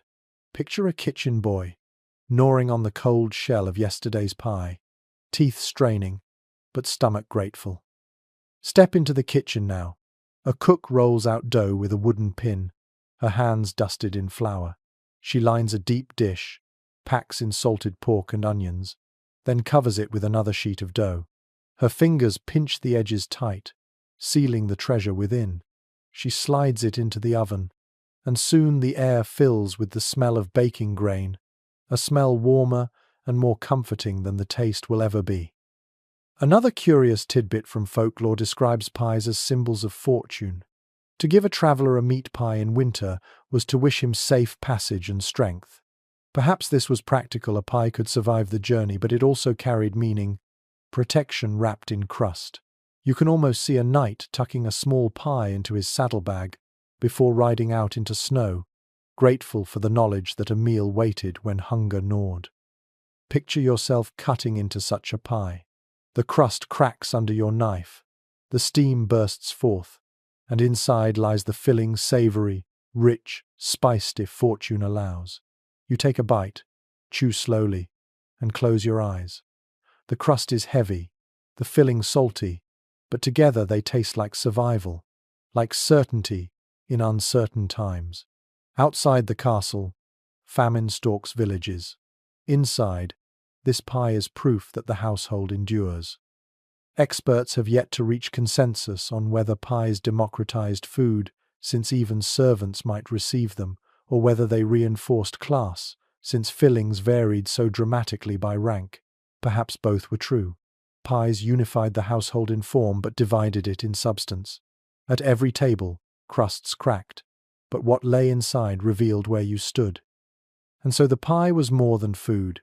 It was ingenuity against winter, a vessel of hope sealed in dough, a dish that bridged feast and famine. On the coldest nights, as the wind roared around the towers and the snow piled high, the sight of a pie being carried into the hall must have sparked relief, not because it promised delight, but because it promised endurance. The pie crusts cool, the candles burn low, and the hall begins to settle into its nightly rhythm. Yet winter nights in a medieval castle were not meant to be endured in silence. When food was shared, so too was company. and nowhere was that clearer than in the communal feasting that unfolded beneath the shadow of stone vaults and smoking torches. Even when meals were modest pottage, porridge, or a scrap of salted meat, the act of eating together turned bare sustenance into an event of survival and solidarity. Household chronicles consistently describe the architecture of these meals. Long trestle tables, stretching the length of the great hall, benches filled with guards, servants, and retainers, all huddled close in the draughty space. At the far end, the Lord's dais stood slightly raised, his family seated in splendor before a backdrop of tapestries. The hierarchy was etched into the very geometry of the feast: who sat where, who ate what, who was seen, and who was forgotten. An unexpected glimpse comes from an account of a winter feast in northern France, which described candles numbering in the hundreds illuminating the hall. Wax was expensive, and the extravagance of so much light dazzled visitors. Imagine the glow flickering against cold stone, smoke curling upward, shadows leaping across the rafters.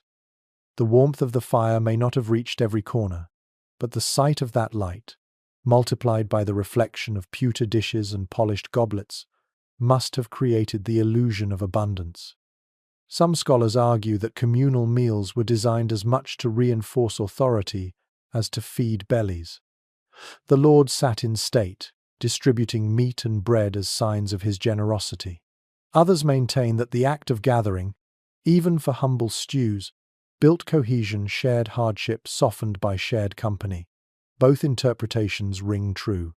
On the coldest nights, hierarchy and fellowship coexisted uneasily, stitched together by the smoke of the same hearth.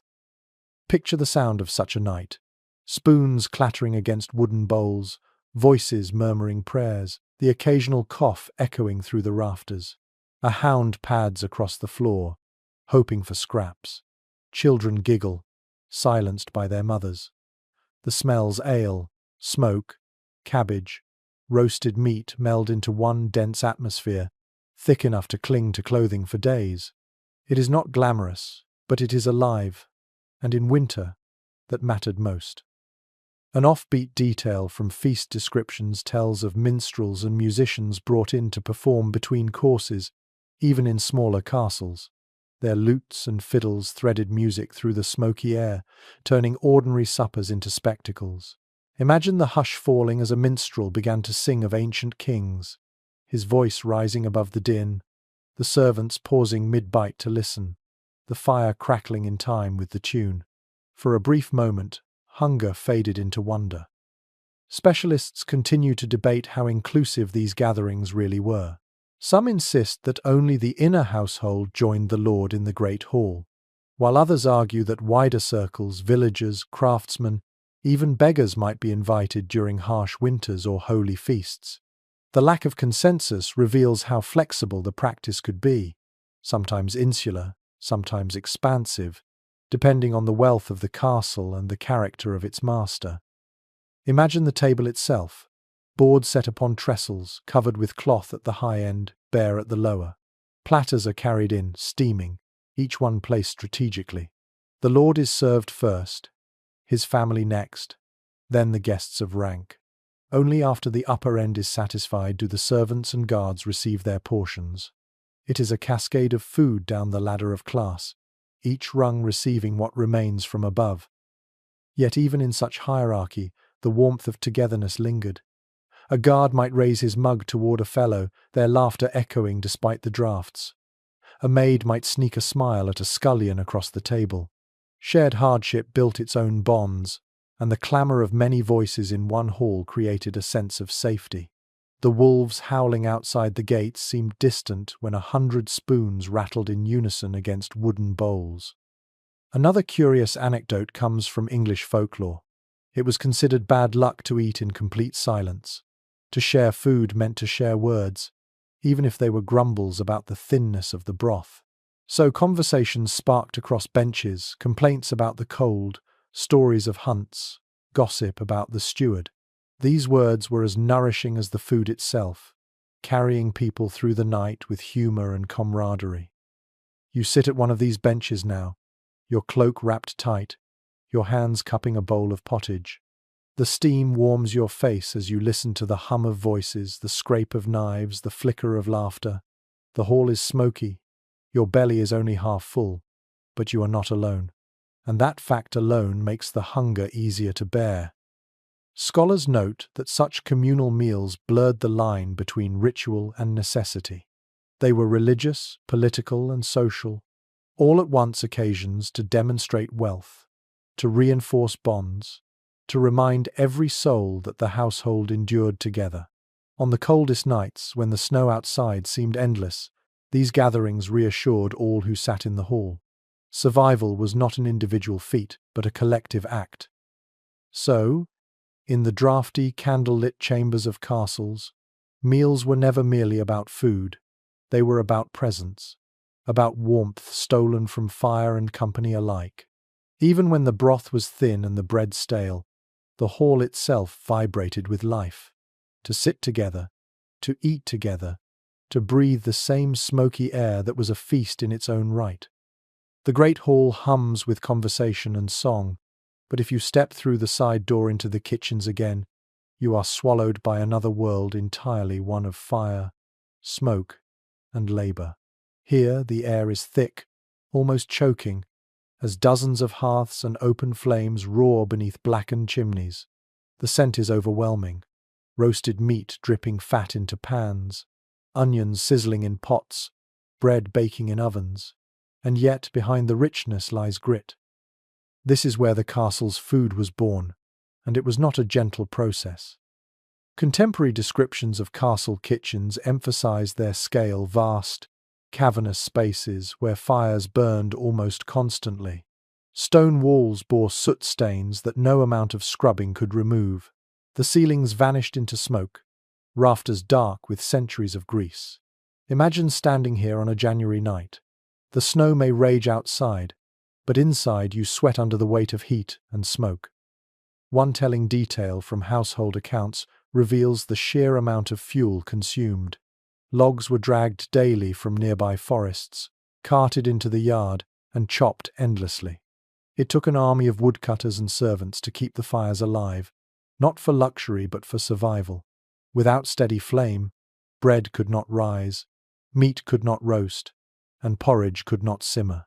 You realize quickly that kitchens were as much engines as they were dining spaces. An offbeat glimpse from a 15th century source describes turnspit dogs, small, sturdy animals trained to run on wheels that rotated roasting spits. Imagine the sight: a little dog panting in its wheel, the spit turning slowly, a goose browning over the fire. Some historians debate whether this was more myth than widespread reality, but the detail captures the ingenuity and the cruelty hidden in the pursuit of roasted dinners. Scholars still disagree on how sophisticated castle kitchens were compared to urban taverns or monasteries. Some argue they were primitive, relying on brute force and endless labor.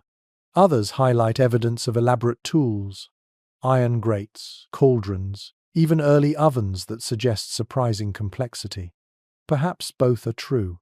Ingenuity and exhaustion existed side by side, the brilliance of invention fueled by the grind of servitude. Now picture the cooks at work.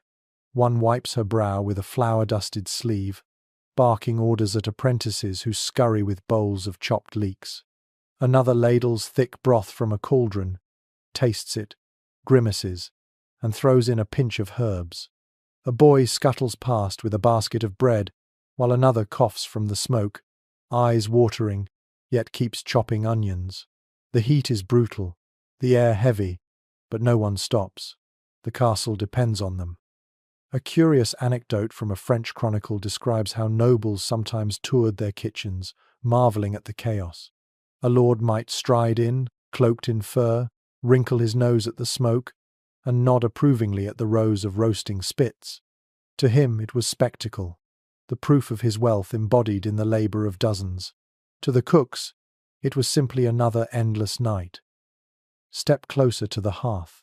You feel the fire on your face, hot enough to sting.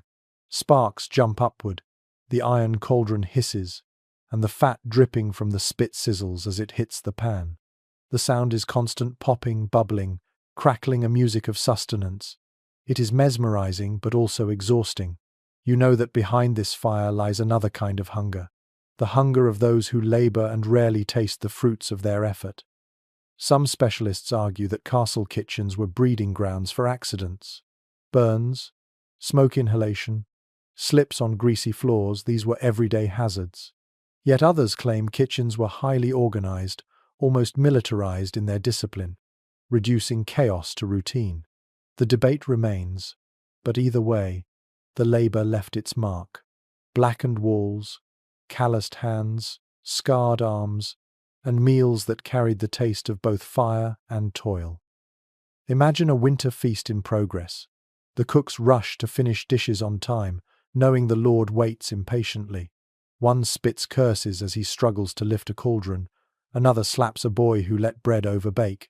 Outside the door, servants line up to carry platters into the hall, balancing them carefully, aware that a single stumble could cost their position.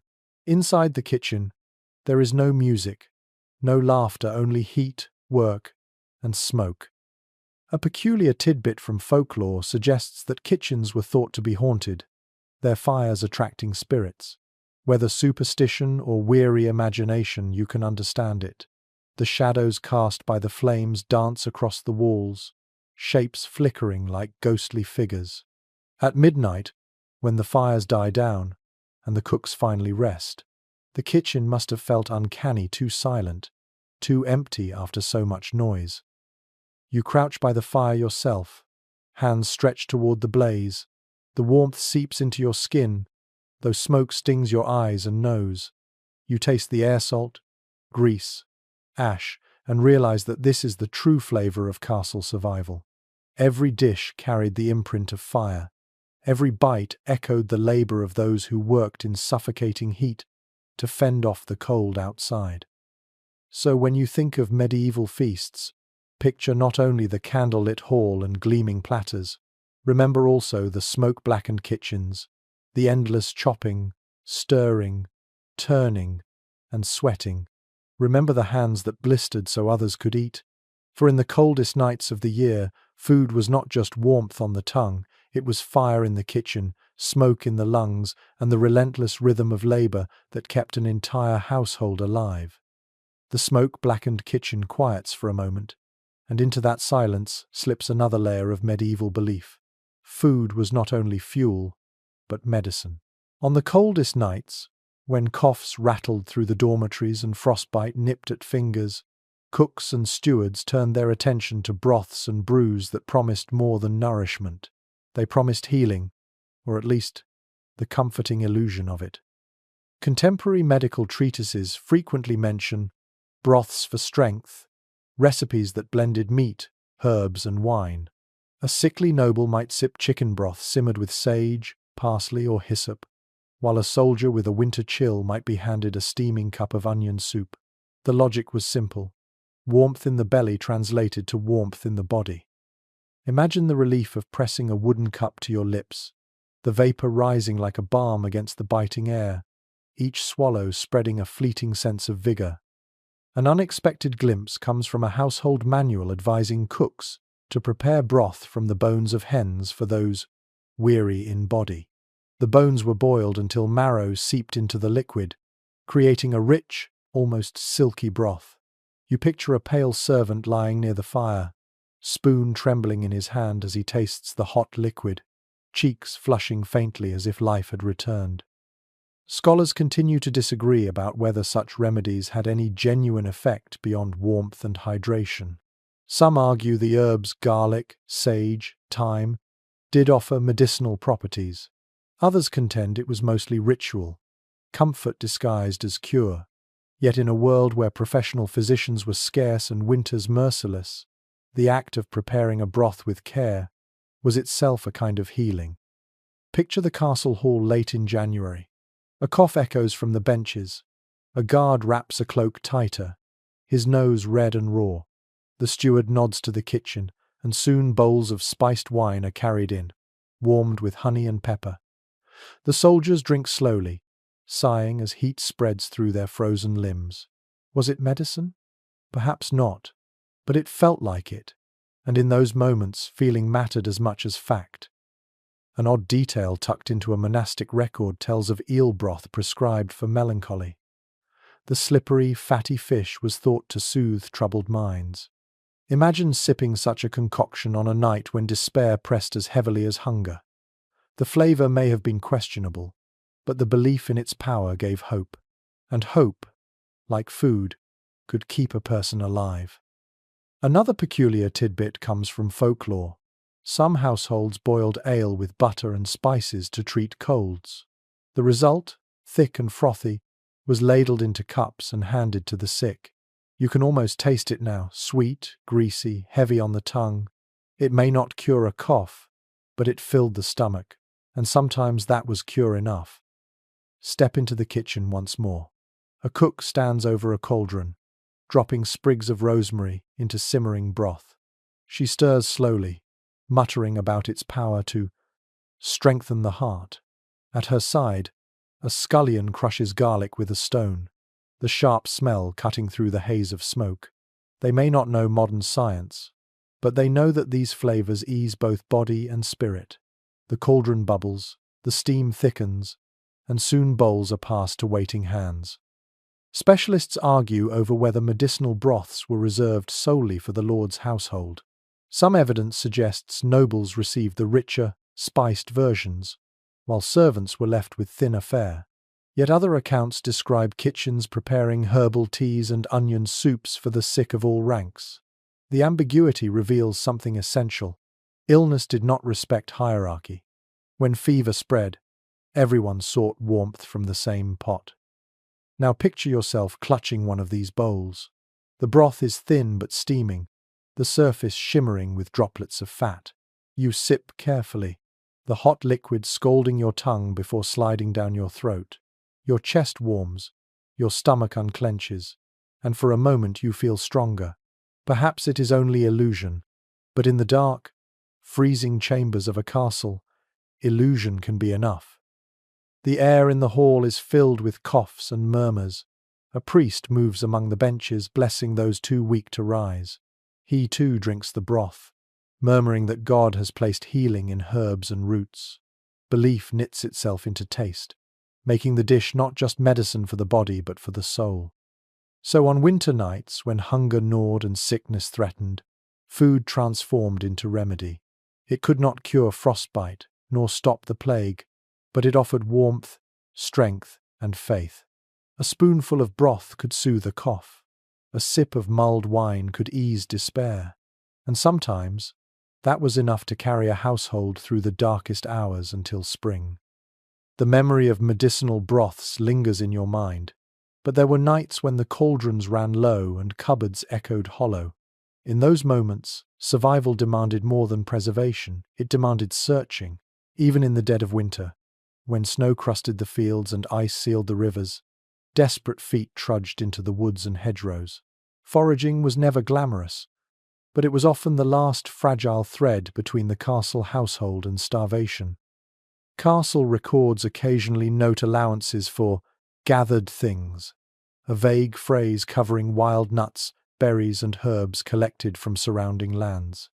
Imagine a servant in a patched cloak crunching through snow, eyes sharp for signs of hazelnuts left clinging in the frosted underbrush. Perhaps he lifts a stone and finds a few acorns cached by squirrels, or scrapes bark to reveal edible inner layers. These were not feasts, but they were calories, and calories kept life moving. One unexpected detail comes from a Welsh chronicle describing families gathering nettles in late winter, boiling them into a thin green soup. The sting disappeared in the cooking, leaving something faintly nourishing. You picture the smell of that soup, grassy, bitter, almost metallic, filling the kitchen as bowls were handed out to weary hands. To a hungry stomach, even nettles were a blessing.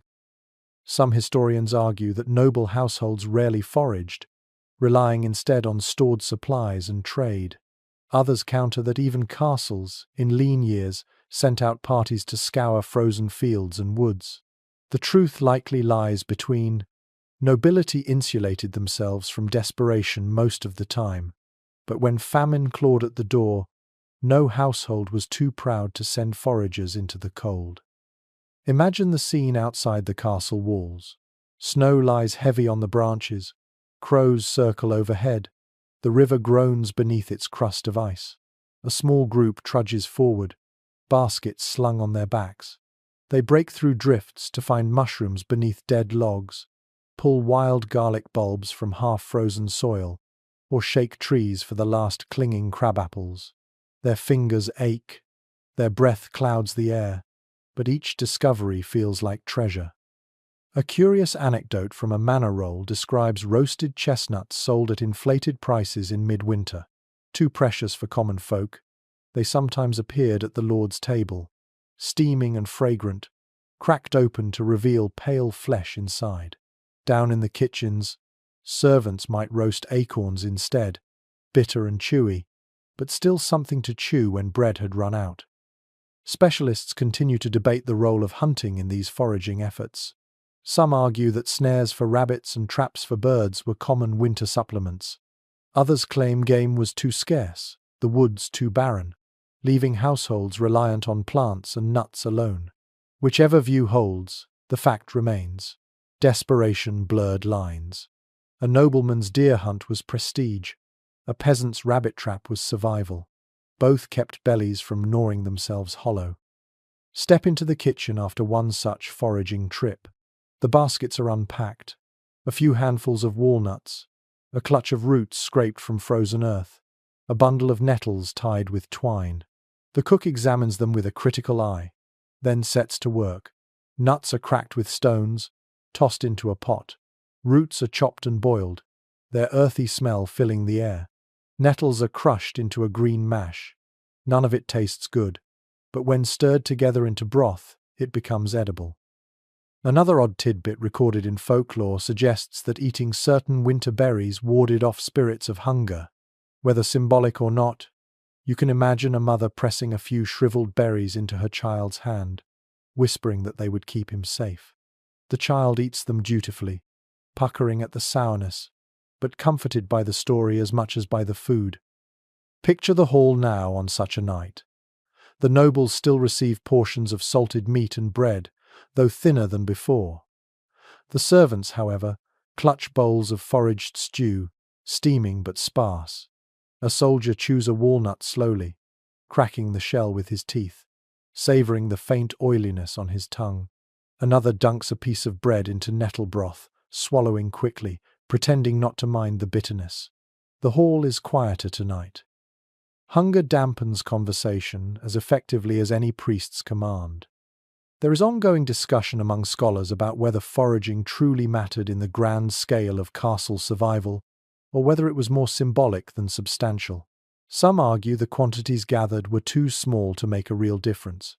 Others counter that when hunger sharpened, even a handful of nuts could mean the difference between enduring and fainting at one's post. Perhaps the scale mattered less than the act.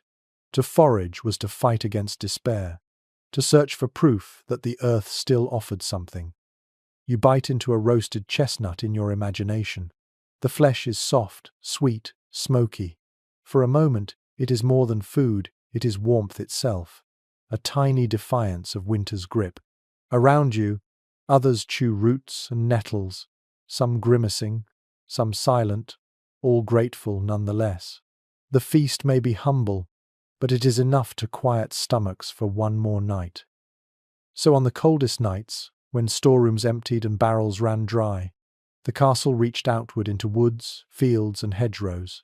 Foraging did not guarantee survival, but it gave hope. And sometimes, hope was the most nourishing dish of all. The memory of nettle stews and roasted chestnuts fades as you step once again into the glow of the great hall. Tonight, however, the atmosphere feels different. The tables are fuller, the music livelier, and the aromas richer. For though winter nights were often marked by scarcity, there were moments when the lord of the castle summoned splendor to remind his household and his rivals that wealth endured even in the snow. On such nights, the tables bore luxuries fit to dazzle: swans, peacocks, and boars' heads, extravagant creatures whose presence at the high table was as symbolic as it was edible. Contemporary feast records frequently describe the spectacle of these dishes. A roasted boar's head, for example, was often served with gilded tusks, an apple clenched between its teeth, and rosemary sprigs bristling from its jaws. Imagine the gasps as servants carried it into the hall, the firelight catching the gold, the fragrance of fat and herbs mingling with candle smoke. For nobles, such a dish was not simply food, it was a declaration of power, proof that even winter could not starve their household into humility. One extraordinary detail comes from descriptions of swans and peacocks, roasted whole, then dressed again in their brilliant feathers, sometimes even gilded with gold leaf. Picture the scene: the shimmering blue-green neck of a peacock arched proudly, feathers spread wide, its body steaming with roasted flesh beneath. It was spectacle first, supper second. Guests marveled, servants whispered, and for a moment hunger was replaced by awe. Some experts argue that such dishes were rarely eaten, valued more as centerpieces than as sustenance. Others insist that the meat was carved and served to the highest-ranking guests, leaving the spectacle stripped by the end of the meal. The truth is hard to pin down, but either way, the symbolism mattered more than the taste. A peacock, resplendent in feathers, told every soul in the hall that their lord's reach extended across forests, rivers, and trade routes. Step closer to the dais. The lord sits back in his chair, his fur cloak gleaming in the firelight, as servants carve thick slices of boar for his platter. A cup of spiced wine rests by his hand.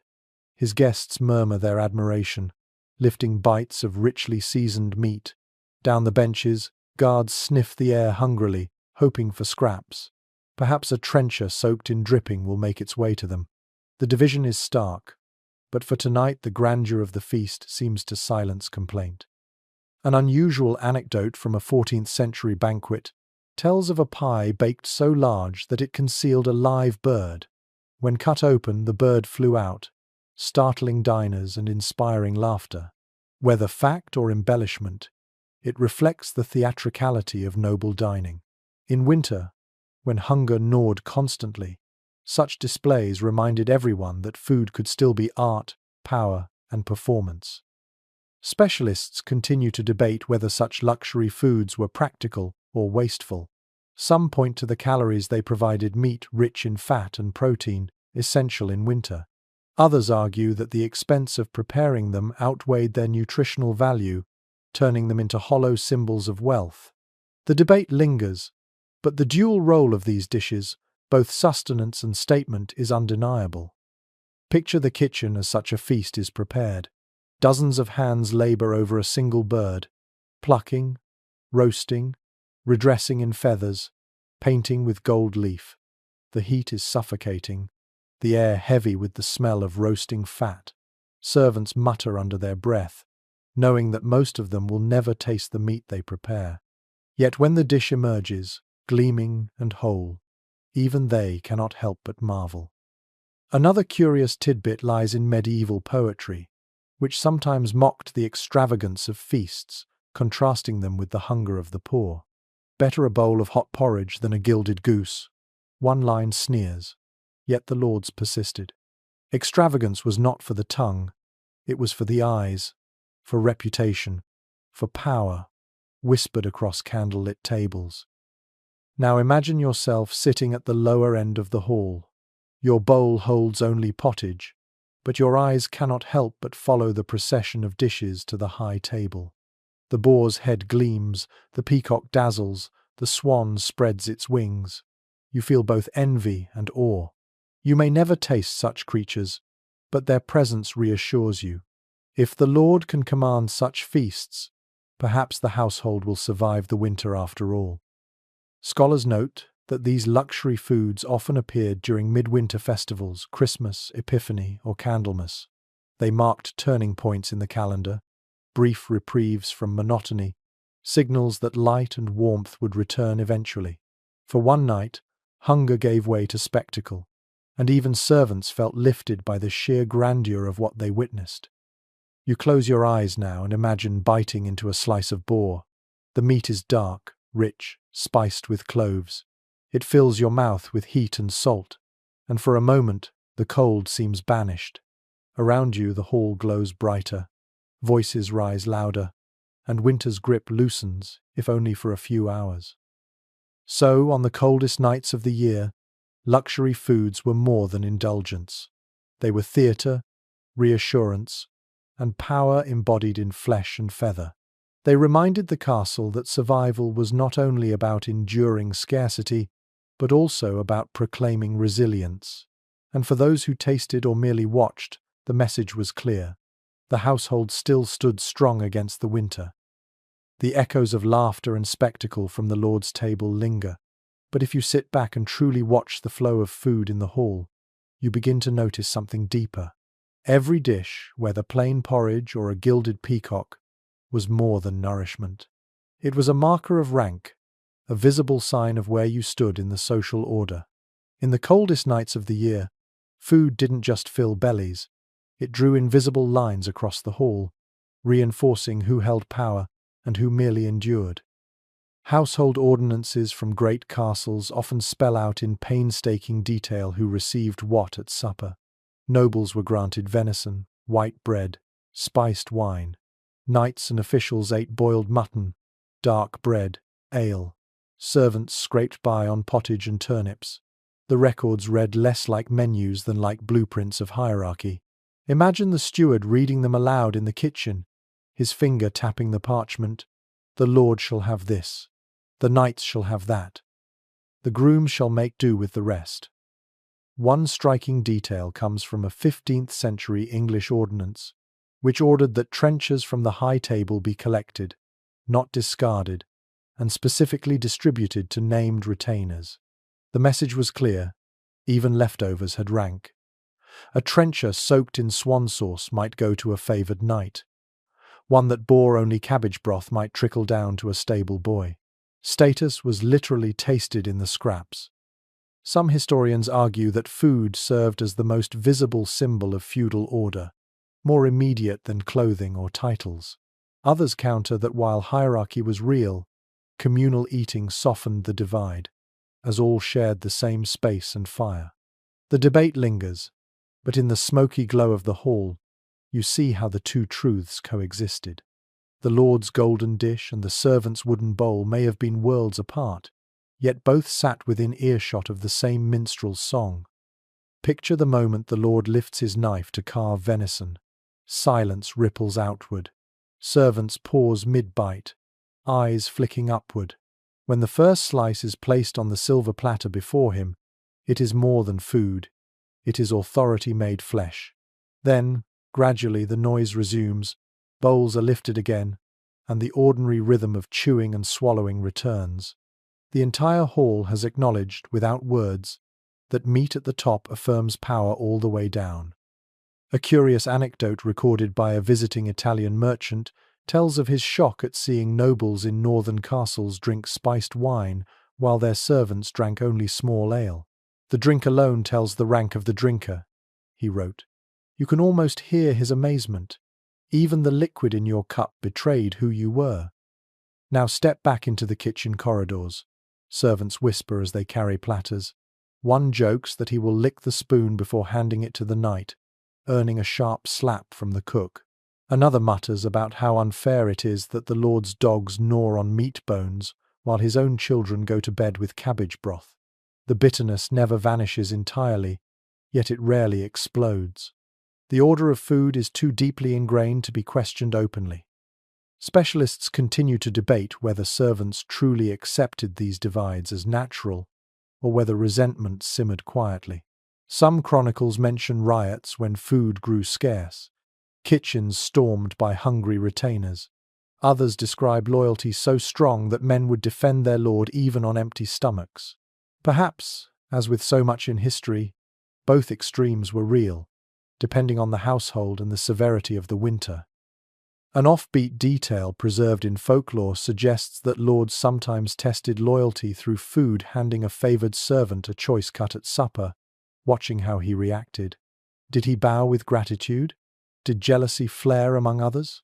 Such gestures were small, but in the candlelit politics of the great hall, they mattered. A slice of boar could bind or divide more effectively than a signed contract. Imagine yourself seated halfway down the table. Your bowl holds barley gruel. Your bread is dark. Your ale weak. Yet your eyes keep drifting upward to the Lord's dais, where golden platters gleam. You do not expect to share in them, you know your place, but you cannot help but wonder what venison tastes like spiced with cloves. You chew your bread more slowly, stretching the flavor, trying to imagine. Hunger feeds not only the stomach but also the imagination. Another curious note appears in Chronicles of Lent, when rules technically placed lord and servant on equal footing. All ate fish, no one ate meat. Yet even then, inequality remained. The lord's fish was fresh pike dressed in saffron. The servant's was salted herring. Same rule, different reality. Food never ceased to reflect hierarchy, even when the church demanded otherwise. Now the hall quiets as prayers are spoken. Everyone bows their heads, but the smells still tell the story. At the dais, the fragrance of roasted meat clings to the air. At the benches, only the sharp tang of onions and ale lingers. Even in silence, the division persists. And so you see that on the coldest nights, when survival itself was uncertain, food was more than sustenance. It was ceremony, symbol, language. Every slice, every crumb, every sip carried meaning about who you were, who you served, and how the world was ordered. The snow outside might make all men shiver alike, but inside the castle, the spoon in your hand reminded you exactly where you stood.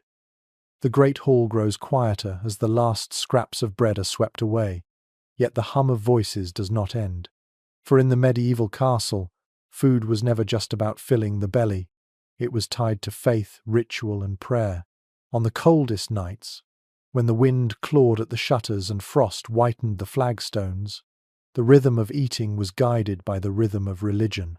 To dine was also to honor God, and every dish carried whispers of devotion. Household accounts and church ordinances frequently describe how meals began and ended with prayer. Before any trencher was touched, the steward or chaplain raised his voice to bless the food. Imagine the sound. Dozens of benches creaking as everyone bowed their heads, the hall falling still except for the crackle of the fire. The words echoed through the smoky air, sanctifying bowls of pottage as surely as gilded roasts. Even if your bread was stale and your ale weak, prayer transformed the meal into something shared under heaven's watch. One vivid detail comes from descriptions of Lent, when the rules of fasting were most strict. Meat vanished from the tables for weeks, replaced by fish, grains, and vegetables. Almond milk often took the place of dairy, thickening stews and sauces. Picture the kitchen filled with the grinding of almonds, the air heavy with their nutty fragrance. For nobles, it was a chance to display wealth. Almonds were imported, costly, precious. For servants, it was a reminder that even in fasting, hierarchy remained. The lord's almond custard, the servant's barley gruel. Some experts argue that fasting was embraced with sincerity, shaping the spiritual life of the household. Others suggest it was often skirted or bent, with loopholes. Beaver counted as fish, barnacle geese considered fair game, and sauces rich with spice masking what might have been forbidden flesh. The debate remains, but what is clear is that religion's hand stirred every pot, deciding what entered the cauldron and what did not. Imagine the hall on Ash Wednesday. The nobles sit at the high table, their dishes simple: fish pie, bread, perhaps a sauce of herbs. Down the benches, servants eat much the same, though portions are smaller, flavors plainer. For once, the divide between high and low seems narrower. Hunger and holiness unite them, at least in form. Yet even here, difference whispers. The Lord's fish is fresh, the servant's salted. An odd anecdote from monastic chronicles tells of households debating whether eggs counted as flesh. Some cooks risked slipping them into sauces, others avoided them altogether. You can picture the argument in the smoky kitchen, the chaplain frowning, the steward shrugging, the cook sighing as she cracks an egg anyway. Faith may have ruled the castle, but pragmatism often ruled the cauldron. Step into the chapel after supper. The air is colder here, but filled with candlelight. Servants kneel beside knights, the Lord's family at the front.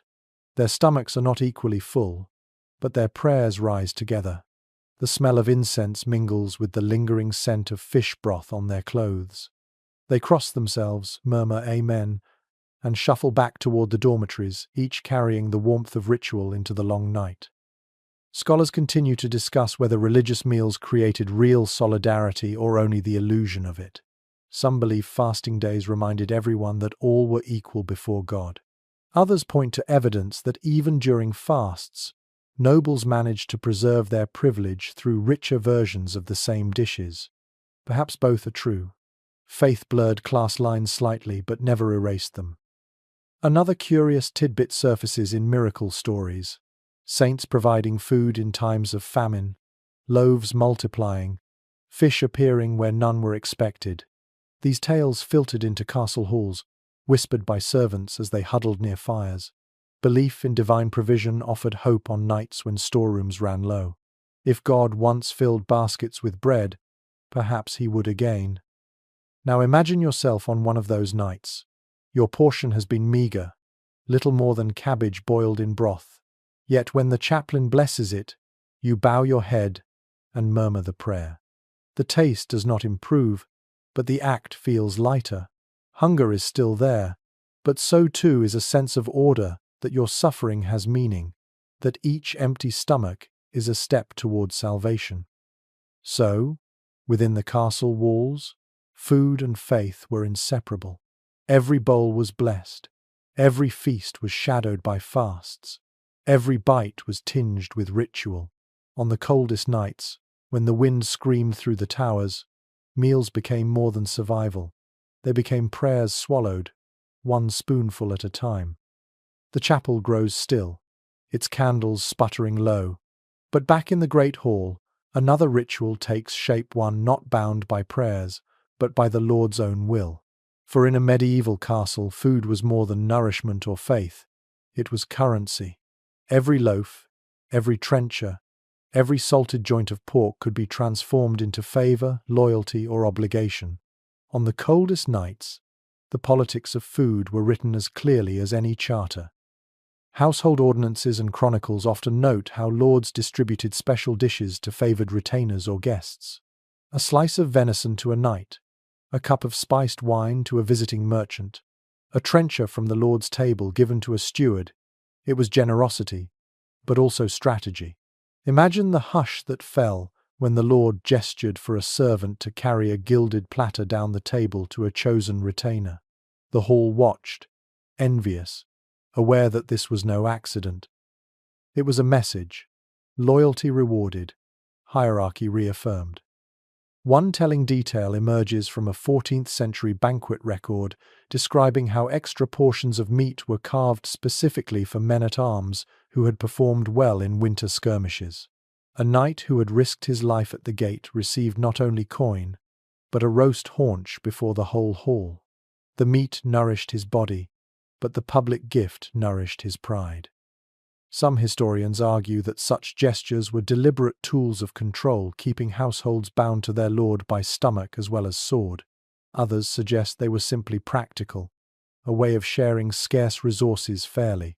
The debate continues, but as you watch the flicker of envy in the eyes of those who received less, you sense the truth leans toward politics.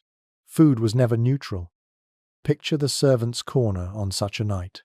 They eat their thin broth as usual, but one of them, perhaps the cook's favoured assistant, receives a trencher from the high table, soaked with rich gravy. She chews it slowly, eyes closed, ignoring the stares of those beside her. For that night, she is elevated, if only by a crust of bread. Tomorrow she may return to cabbage stew, but tonight she tastes power. An unusual anecdote comes from Burgundian court records, where entire barrels of wine were given as gifts to visiting envoys during winter feasts.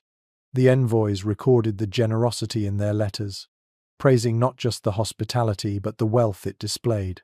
Wine was more than drink, it was diplomacy poured into goblets. Specialists still argue whether the distribution of food in castles softened or sharpened class divisions. Some believe generosity at table forged bonds across ranks, creating a sense of unity in hardship. Others counter that it heightened jealousy, as every unequal portion reminded diners of their place. Perhaps it did both, feeding loyalty in some, resentment in others, yet always reinforcing the Lord's authority. Step into the kitchen after one of these feasts. The platters return, scraped clean, but the cooks gossip about who received what. One boy snickers that the steward got less venison than usual. Another whispers that the captain of guards received 2 trenchers instead of 1. Even in the smoky backrooms, the politics of portions ripple outward. A curious tidbit preserved in folklore suggests that bread blessed at the Lord's table carried luck if shared with a retainer. Some lords broke loaves deliberately, handing fragments to favoured men as tokens. Was it superstition or shrewdness? Perhaps both. To receive such a gift meant more than food, it meant inclusion in the circle of privilege. Now imagine yourself seated low in the hall. Your bowl of porridge is plain, yet suddenly a servant approaches, carrying down a trencher from above. He sets it before you, bread soaked in goose fat, the faint taste of spice clinging to its edges. Your neighbours glance at you, envy sharp in their eyes. You bow your head toward the dais, knowing this gesture is no accident. You chew slowly, tasting not just food but recognition. The hall hums again with voices, but the lesson is clear. Food was a language of power. Every portion spoke, every trencher carried meaning. To dine in a castle was to read a text written in meat and bread, a text that reminded each soul of their place in the order of things.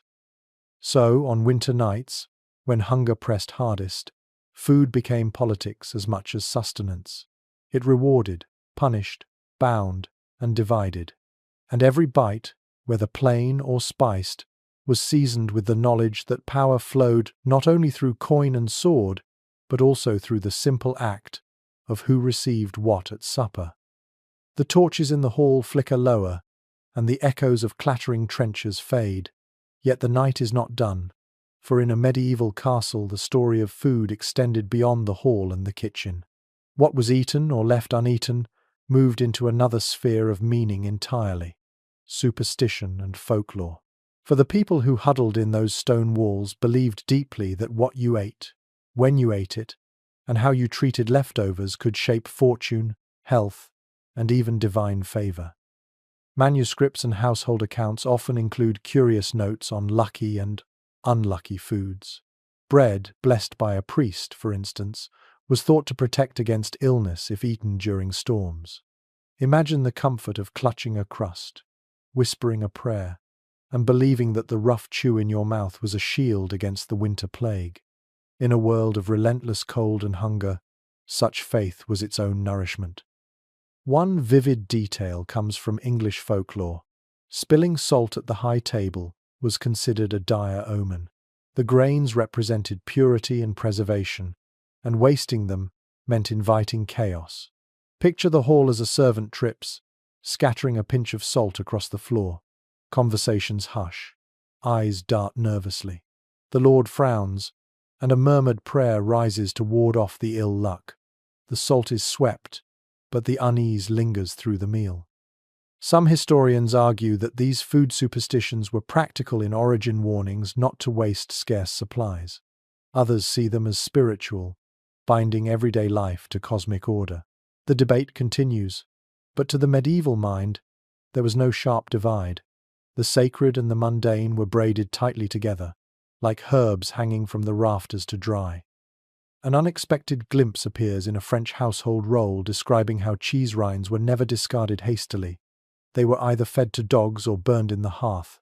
Tossing them aside carelessly was said to invite rats into the storerooms.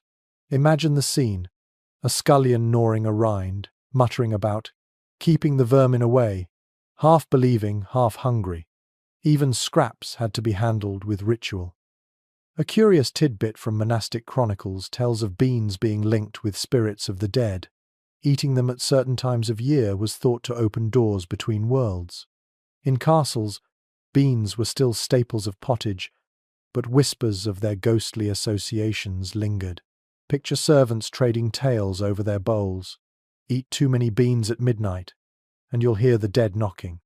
They laugh nervously, but still glance at the darkened corners of the hall. Now imagine a January feast where superstition shapes the table. The Lord demands a roasted boar's head for luck in hunting. The head arrives, adorned with rosemary and apples, its eyes glazed, its tusks polished. Nobles clap politely, but everyone knows the deeper meaning. The boar's strength will protect the household through the cold months. Down the benches, servants chew their bread quietly, whispering that to touch the apple in the boar's mouth is to ensure health for the year. Specialists remain divided on how seriously these beliefs were taken. Some claim they were playful customs, part of the theatre of dining. Others insist they were deadly serious, woven into every decision about what to store, serve, or share. What cannot be denied is that food was never neutral. Every bite carried meaning beyond taste. Picture the kitchens late at night, after the hall has emptied. Bones are gathered carefully, not left scattered. Some are boiled again for broth, others buried to quiet the spirits of beasts. The cook mutters charms as she stirs tomorrow's pottage, not because she truly believes in witches or ghosts, but because generations before her have done the same. Tradition clings to every pot and ladle. Another unusual belief attached to leftovers. It was considered unlucky to throw away bread, even stale or mouldy. Instead, it had to be fed to animals or placed respectfully aside. Bread symbolized Christ's body, and wasting it invited divine displeasure. Imagine a servant hiding a crumbling crust in his cloak, unwilling to discard it. He may not be hungry enough to eat it, but neither will he dare to toss it into the fire. Step into the dormitories now. Servants lie on straw pallets. Guards curl in cloaks, the smell of supper still clinging to their hands. They murmur about omens, whether the trencher thrown to the dogs was a bad sign, whether the spilled ale foretold a quarrel, whether the faint cry of an owl outside meant famine. In the flickering lamplight, such talk feels less like gossip and more like survival. To interpret food was to interpret fate. And you, sitting quietly with the taste of onion broth still lingering on your tongue, realize how fragile the line was between eating and believing. A crust of bread was not only calories, it was luck. A pinch of salt was not only flavor, it was fate. A bean was not only supper, it was a whisper from the dead. So, on the coldest nights, when hunger pressed sharpest and fear pressed harder, superstition filled the gaps left by empty bowls. Food became charm, omen, prayer. To eat was to survive, yes, but also to ward, to hope, to believe. And belief itself was as necessary as bread in a castle winter. The whispers of omens and charms fade as the castle settles deeper into the night. Yet, even after the hall is cleared and the kitchens swept, the story of food is not finished. For in winter castles, what was not eaten became as important as what was. Leftovers and waste were rarely allowed to vanish. They were repurposed, redistributed, and sometimes even transformed into entirely new meals. On the coldest nights of the year, survival often depended on the art of making yesterday's scraps into tomorrow's supper. Castle ordinances and household accounts often note second-day stews or reboiled meats. Imagine a pot of pottage simmering for the third night in a row, with bones and bread crusts thrown back in, the broth deepening in flavor with each reheat. It wasn't wasteful, it was practical. Every scrap of marrow, every shred of vegetable, every drop of dripping was coaxed into one more spoonful of sustenance. One striking detail comes from a 15th century recipe collection describing sippets bread soaked in leftover meat juices, served as supper for servants. The trencher, once a platter at the Lord's table, became the next day's meal for the household's lower ranks. Picture a guard tearing into the soggy crust, chewing slowly as the flavors of last night's feast linger faintly on his tongue. For him, That soggy bread was not humiliation, it was survival wrapped in grease. Some historians argue that leftovers reinforced hierarchy, with nobles receiving the best of the fresh food while servants made do with scraps. Others counter that leftovers actually blurred boundaries, for the trencher from the high table gave servants access, however indirect, to flavors and ingredients they could never otherwise taste. The truth is layered. Leftovers were both reminder and bridge, both division and connection. Step into the kitchen on a January morning. The cook stirs a pot with visible determination. Into the broth go bones from last night's venison, a fistful of barley, a splash of ale gone flat, and a handful of wilted herbs. The scullions bring her bowls of yesterday's bread, already hard, which she crumbles in with a sharp gesture. The smell grows richer, not poorer, as if time itself has seasoned the pot. Soon, the entire household will taste it, lord in his chamber, guard in the hall, servant in the yard. An odd little tidbit from folklore warns against letting dogs lick bones too clean. It was said that doing so would steal the strength meant for the household. Instead, bones were often reboiled, scraped or crushed, sometimes even fed into bread dough for extra bulk. Imagine the crunch of grit between your teeth, the faint taste of marrow clinging stubbornly. Waste was not a concept castles could afford. Specialists still debate how much of this frugality was necessity versus habit. Some argue it arose from sheer survival in harsh winters. Others insist it became tradition, even in times of plenty, because throwing away food carried moral and spiritual weight. Bread, in particular, was sacred, never discarded, always repurposed. A stale loaf might be grated into crumbs for thickening sauces, or boiled into ale soup for children. Picture the dormitory after supper. Servants lie on their pallets, full enough but not satisfied. They murmur about what tomorrow's pottage might taste like, whether the cook will stretch the bones again or whether she might finally add a bit of bacon. They laugh softly, half joking, half serious, because the thought of tomorrow's stew is both dread and comfort. It may be monotonous, but it will be there.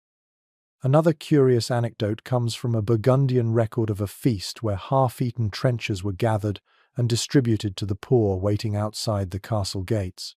Imagine the line of villagers, cloaks pulled tight, hands red from cold, receiving bread soaked in rich gravies. To them, those scraps were abundance. The act was both charity and performance, the Lord demonstrating piety while easing the burden of waste. Now imagine yourself clutching a trencher from the night before.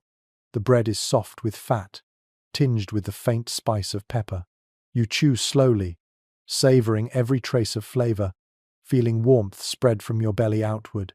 You know it is only a scrap, yet in the cold darkness, it feels like a feast. You whisper a prayer of thanks, not for luxury, but for enough. And so the cycle of food in a castle winter was never linear.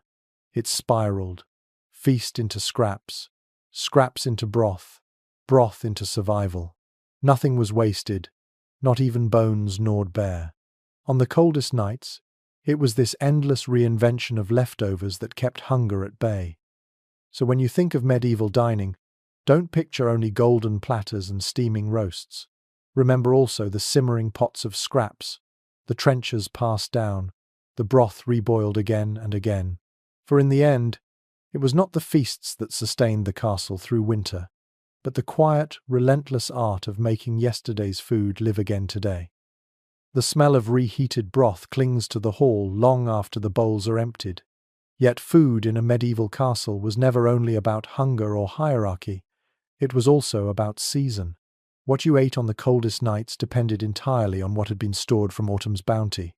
Winter was not merely endured, it was prepared for, and those preparations determined whether the household thrived or starved. Castle records often list inventories of barrels, sacks, and casks carefully counted at year's end. Salted pork hung from rafters, dried peas filled sacks, flour rested in wooden bins, and apples were tucked into straw to keep them from spoiling. Imagine the steward walking with his ledger, candle in hand, frowning at the dwindling numbers. Every tally was a calculation. How many mouths? How many weeks? How many chances to stretch food before spring returned? One vivid detail emerges from accounts of harvest celebrations.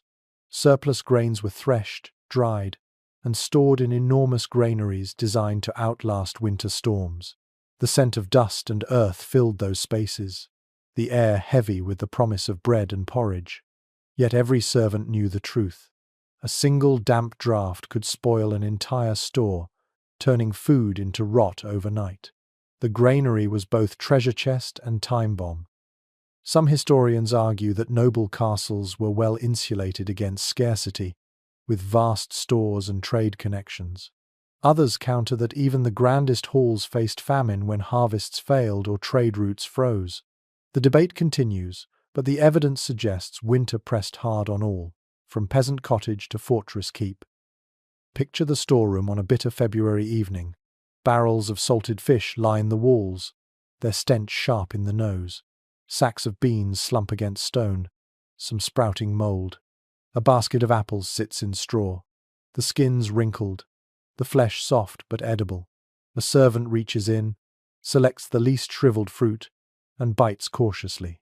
The sweetness is faint, but it is enough to lift his spirits.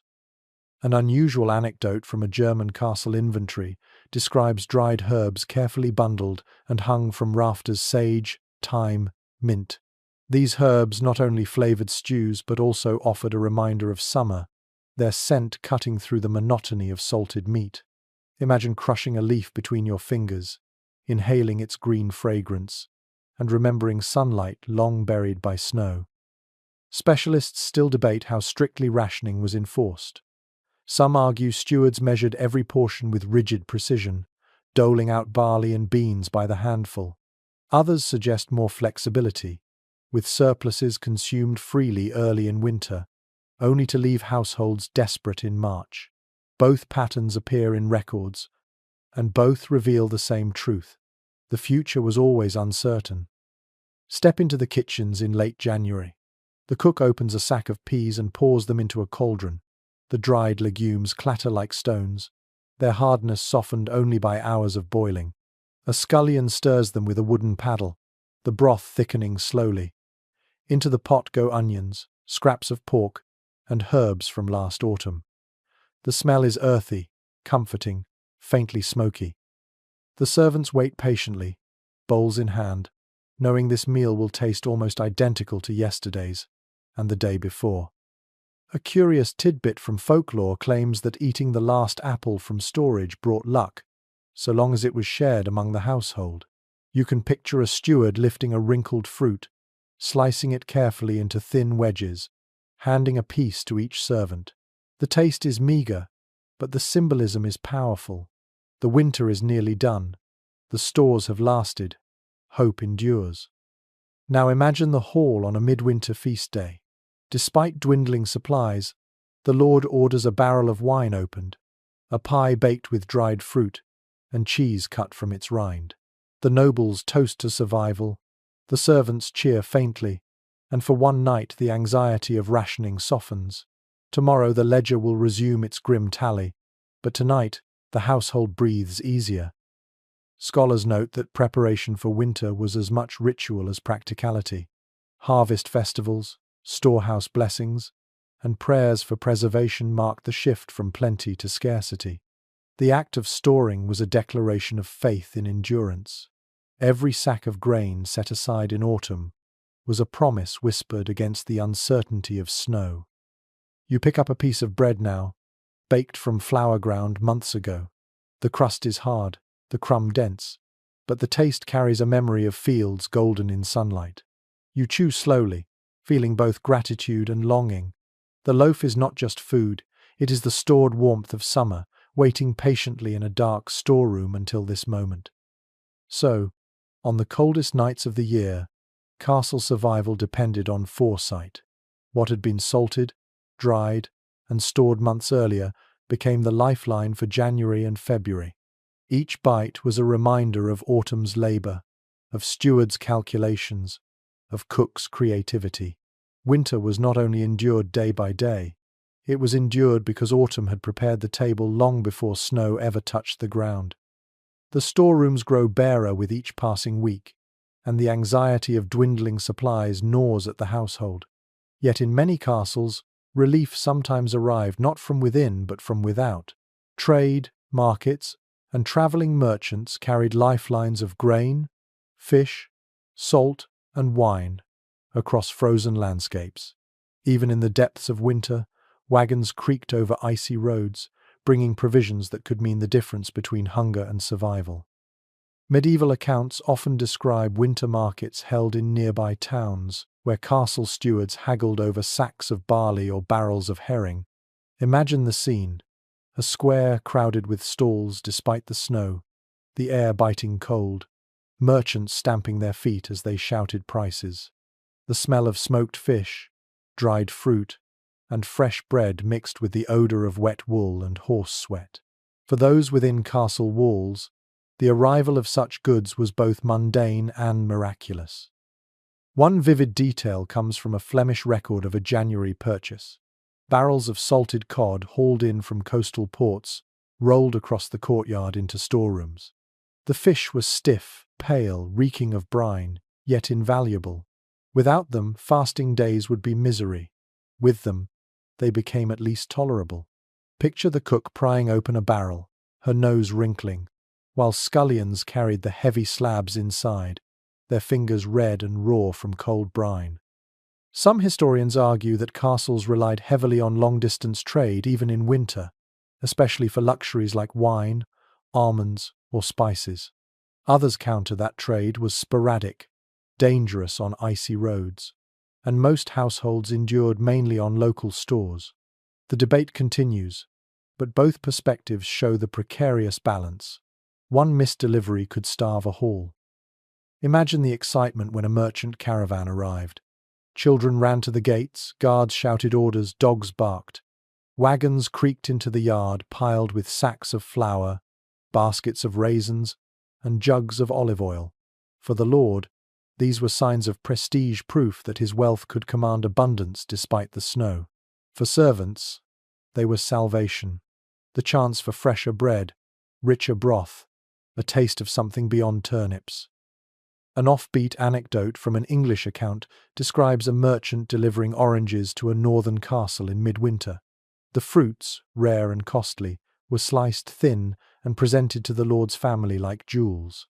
Down at the benches, servants whispered in disbelief, how could such brightness grow in the dead of snow? The orange slices glistened like miniature suns, symbols of wealth that reached across continents.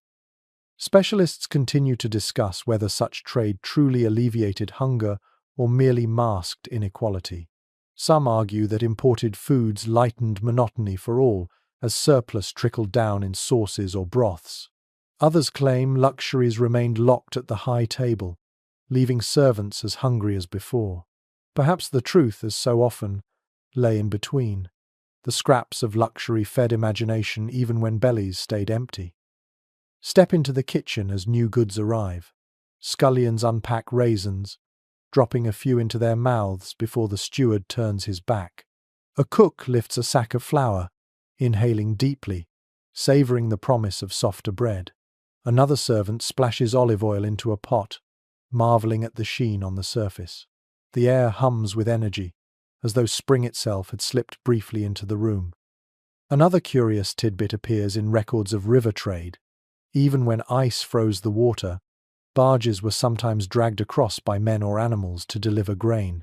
Imagine the sight: a crew straining against ropes, hauling a frozen barge across ice, their breath clouding, their boots slipping, all for the promise of bread in some far-off castle. Hunger drove ingenuity, and ingenuity delivered survival. Now picture the hall after such a delivery. The lord raises a goblet of fresh wine, its red hue glowing in the firelight.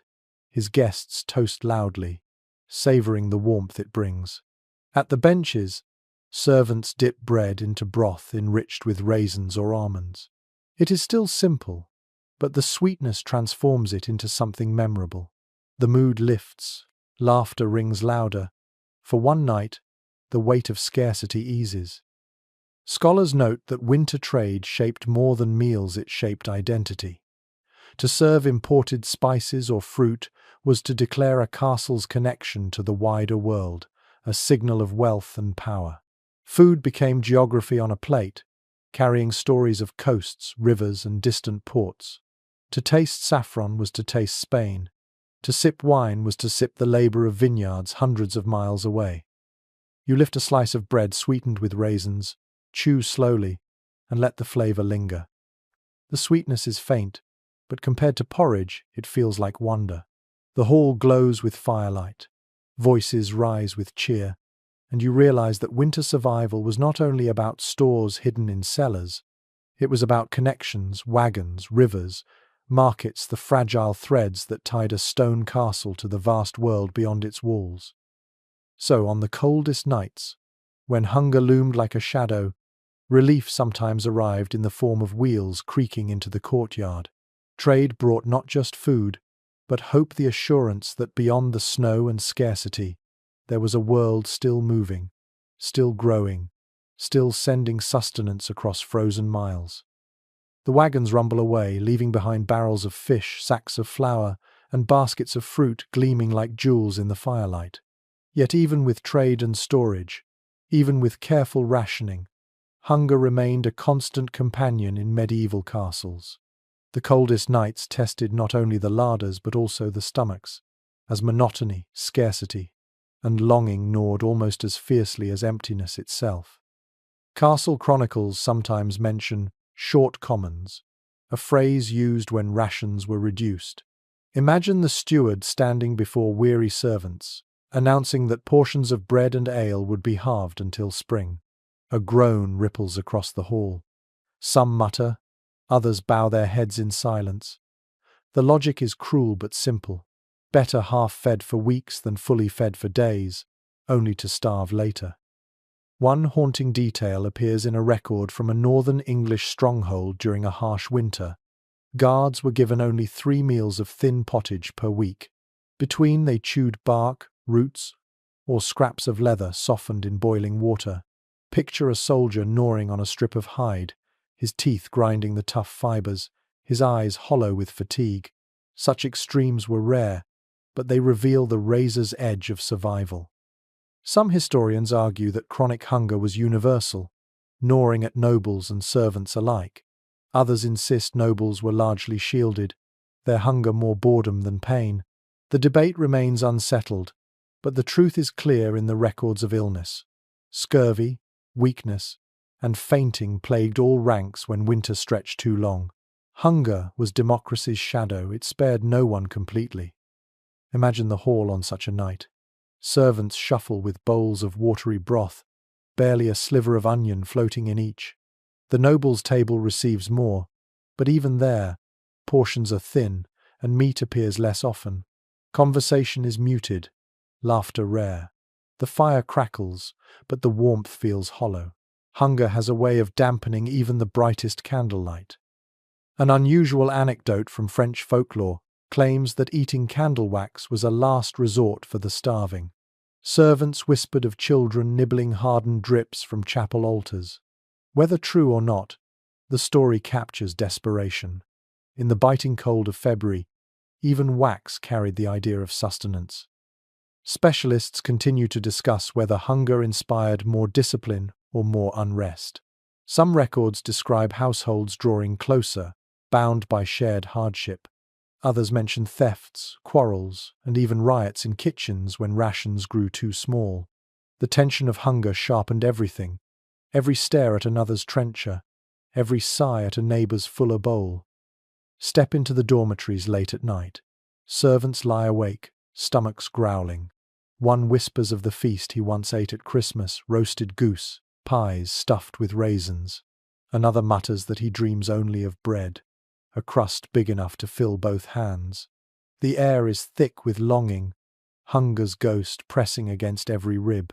Sleep comes, but it is restless, filled with visions of food that never arrives. A curious tidbit preserved in a letter from a traveling monk notes that some households tried to ease hunger with distraction, songs, games, or storytelling in the hall. A minstrel's tune or a juggler's act gave people something else to think about, if only for an hour. Imagine the relief of laughter, even on an empty stomach, the body briefly forgetting its ache. Now picture yourself with a trencher of stale bread. It is hard, dry, almost tasteless. You gnaw at it slowly, your jaw aching, swallowing with difficulty. And yet, as it reaches your stomach, you feel a flicker of warmth, the faintest easing of pain. You close your eyes, chewing more carefully, willing yourself to imagine butter, honey, anything richer. Hunger is not only physical, it is imagination clawing at memory. Another odd note appears in chronicles of siege. When castles were cut off and supplies ran out, hunger became brutal. Rats, dogs, even boiled horsehides entered the record as food. Though siege was not ordinary life, the echoes of those extremes haunted winter meals. Every bite of pottage carried the unspoken fear of what might come if stores truly failed. Scholars often remind us that hunger was not only absence, but rhythm. People lived with it as part of their calendar. They expected it after Christmas, dreaded it in February, prayed for spring. It shaped moods, choices, even faith. To eat enough was blessing. To endure hunger was penance. Either way, it was woven into the fabric of castle life. You sit now by the fire, your belly half full, your thoughts circling food like moths to flame. The hall quiets, but the ache remains, dull and constant. Outside, the snow deepens, the wind howls. Inside, hunger curls up in every stomach, patient as a wolf. And yet, even in its presence, life goes on. Bowls are washed, fires banked, prayers whispered. Survival, though fragile, continues. So, on the coldest nights, hunger was both companion and tormentor. It sharpened senses, fueled dreams, and bound households together in shared longing. To live in a castle in winter was to live with hunger, not as stranger, but as resident, ever present, ever waiting. The memory of hunger lingers long after the bowls are emptied, but winter nights in the castle also carried another layer of meaning. Food was not simply eaten and forgotten, it was remembered, retold, and celebrated in stories that wove together history, myth, and identity. The coldest evenings became occasions for recalling great feasts, strange dishes, or half-magical recipes said to have once graced noble tables. In these retellings, food became legend. Medieval chronicles often record banquets less for their menu than for their spectacle. Imagine a servant leaning close to the fire, whispering to his companions about the time a pie was cut open and live birds flew out, or when a swan was served redressed in feathers, its beak gilded, its body steaming. Such marvels, whether real or exaggerated, grew larger with each telling. For servants who ate only broth and bread that night, memory of splendor warmed them almost as much as meat itself. One vivid detail comes from a Burgundian court feast, where sugar sculptures shaped like castles and ships were displayed before being broken apart and eaten. The tale spread across Europe, whispered in humbler halls. Imagine, a fortress you could eat. In a drafty dormitory, guards chuckled at the absurdity, yet some half believed that one day such wonders might grace their own lord's table. Some historians argue that these stories served as propaganda, reinforcing noble prestige through tales of abundance. Others suggest they were entertainment for all ranks, a way to lighten the monotony of daily meals with imagination. Perhaps both are true. The stories dazzled nobles while feeding the dreams of those below. Picture the hall on a February night. The meal is plain pottage, bread, ale. Yet after, when trenchers are cleared, a minstrel rises and begins to sing of King Arthur's feasts, where tables groaned under golden dishes and wine flowed like rivers. The guards smile, the servants lean closer, even the lord nods approvingly. For a moment, everyone eats with their ears, filling their hunger with legend. An unusual anecdote from a Scottish chronicle describes a phantom banquet said to appear on certain winter nights, where travellers claimed to see ghostly tables laden with food in abandoned halls. The tale was retold in castles, half jest, half warning. Hunger itself might conjure illusions. Imagine servants shivering in their beds, dreaming of spectral roasts and endless bread, waking to find only turnips in the pot. Specialists still debate how much of these food legends were rooted in fact. Some argue the stories were exaggerated memories of real feasts. Others see them as allegories, moral tales warning against gluttony or boasting of generosity. But regardless of origin, the effect was the same. They gave shape to longing, turned scarcity into narrative, and reminded people that food could be more than fuel, it could be story. Step into the kitchen after supper. A scullion, too young to remember last year's feast, begs the cook for stories. She laughs, wiping her hands, and tells him of the time a goose was roasted with apples in its belly, so fragrant the hall fell silent as it was carved. His eyes widen, his stomach growls, and though he knows he will only eat porridge tomorrow, he falls asleep later with the taste of apples in his imagination.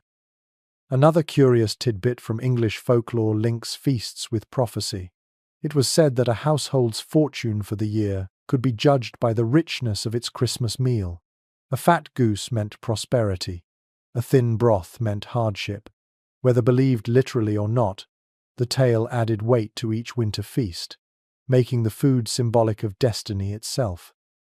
Now picture yourself seated near the fire, belly half empty but heart full of stories.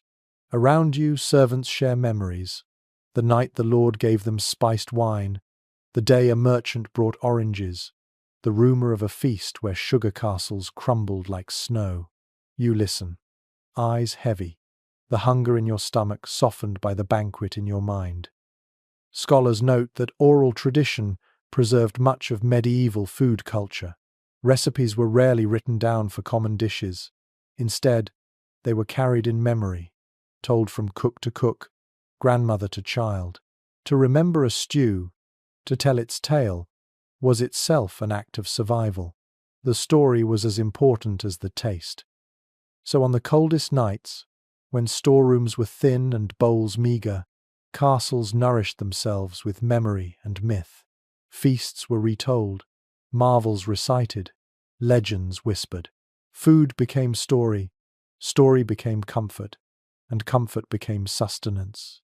In a world where hunger pressed hard, imagination set the table as surely as any cook. The stories of feasts fade into the smoky rafters, and the hall grows quiet once more. The bowls have been cleared, the hearth banked for the night, and the servants retreat to their straw pallets, bellies neither full nor empty, but somewhere in between. The cold presses harder now, seeping through the walls and under the doors. Yet even in this stillness, food remains on everyone's mind, not in the form of feasts or legends, but as the quiet rhythm of survival itself. Castle inventories remind us that the cycle of eating never paused. Tomorrow the steward will rise early, tally the sacks of barley, check the barrels of fish, measure out the ale. The cook will prepare another pot of pottage, adding whatever scraps remain, stretching them into something edible. The guards will grumble at the monotony, the children will slurp greedily, and the Lord will frown if his meat is too salty or his bread too stale. The cycle turns, again and again, through every night of frost. One striking detail comes from a French household account that describes how food was rationed even by hour. Servants received small bites at dawn before labor, then their main portion at evening. The long gap in between was endured with weak ale or crusts tucked secretly into pockets. Imagine a maid pausing in the icy corridor, sneaking a chew of bread to keep her strength, praying no steward catches her. Hunger made thieves of the innocent. Some historians argue that winter eating habits in castles revealed resilience, a discipline forged by centuries of scarcity. Others suggest they revealed fragility, showing just how close even mighty households hovered to collapse. The debate continues, but in the smoky air of a January night, both truths are visible: resilience in the steaming bowls, fragility in the thinness of their contents. Picture the castle on its coldest night. The wind moans through the battlements. The snow heaps against the gatehouse. The torches sputter. Inside, The great hall is dim. The nobles sit wrapped in furs, nibbling their remaining luxuries, cheese cut thin, bread sliced carefully, wine sipped rather than gulped. At the benches, guards and servants chew their pottage slowly, savouring what little meat floats in it.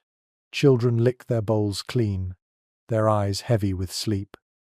Everyone eats, but no one is sated. An unusual anecdote from English folklore tells of households placing crumbs on window ledges for wandering spirits during winter nights. The belief was that if the dead were fed, the living would not go hungry. Perhaps it was superstition, or perhaps it was a way to share scarcity with unseen company. Either way, it shows how even crumbs carried meaning in the dark. Another curious tidbit appears in medical texts of the era. Scholars argued whether cold food harmed the body more than hunger itself. Some insisted only hot meals gave strength in winter, while others claimed bread alone sufficed.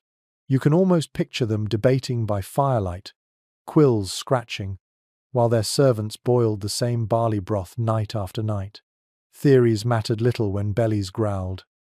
Step once more into the kitchen before dawn. The embers glow faintly. The air smells of ash and grease. A scullion yawns, pours water into a cauldron, and begins again. He does not wonder whether it is feast or famine, he knows the answer. It is both, always both. The castle lives in a constant dance between abundance and absence, and winter sharpens that dance into necessity. Now picture yourself with a bowl of porridge, steam curling upward. You lift a spoon, taste the blandness, feel it spread warmth inside you. It is not joy, but it is survival. You lean back, close your eyes, and listen to the faint chorus of others chewing, slurping, sighing. Hunger still sits beside you, but you realize it is quieter than before. For now, at least, the night is endurable. Scholars note that in the end, food in medieval castles was not about luxury alone, nor deprivation alone, but balance. Spices dazzled the high table, pottage filled the low. Leftovers stretched meals, superstition gave meaning, trade brought relief. On the coldest nights, survival depended not on one feast but on countless small acts, a bowl reheated, a scrap shared, a story told. So, as the last embers fade and the castle sinks into silence, you understand the truth. What people really ate in medieval castles during the coldest nights of the year was everything from venison spiced with saffron to nettle stew boiled in desperation. They ate bread both white and dark, fish both fresh and salted, porridge both rich and thin. They ate according to rank, according to season, according to faith, and according to luck. They ate not to feast, but to endure. And endure they did. For every winter eventually gave way to spring. Every storeroom eventually filled again. Every hunger eventually eased. But the memory of those cold nights lingered, shaping how people stored, shared, and remembered food. In the end, the castle's meals were more than survival. They were a mirror of the world itself. Unequal, imaginative, ritualized, and stubbornly resilient. And now, as our long journey through the castle's kitchens and halls comes to its close, let the clamour fade into stillness. The torches gutter, the bowls are empty, and the heavy doors groan against the winter wind. You can almost hear the soft breathing of servants on their pallets, the crackle of embers buried deep in ash, the faint drip of melted snow from the eaves. The images of food, salted meats, stews of barley, gilded peacocks, humble porridge still linger, but they soften now, slipping into shadow. Let them drift from your mind like smoke rising toward rafters. Instead, focus on the quiet rhythm of survival that echoed through every meal, the spoon lifted, the bread broken, the prayer whispered. In the deepest cold, these simple acts bound the castle together. As you rest, imagine yourself seated in that hall, not as noble or servant, but as witness. You have tasted the richness of spice and the bitterness of nettles, heard the debates of scholars and the songs of minstrels, seen scraps shared and leftovers cherished. And through it all, you have felt the steady pulse of resilience. Now let the clinking knives and murmured prayers fade into a hush.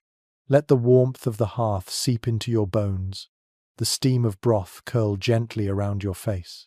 The hunger of history is not yours tonight. You are full with story, with memory, with quiet. Breathe slowly. Feel the weight of blankets, the softness of the dark. Outside, the snow falls, silent and steady. Inside, you are safe, carried by the rhythm of centuries past. Let go of the castle, the cold, the hunger. Drift gently now, into warmth, into peace, into sleep. Sweet dreams.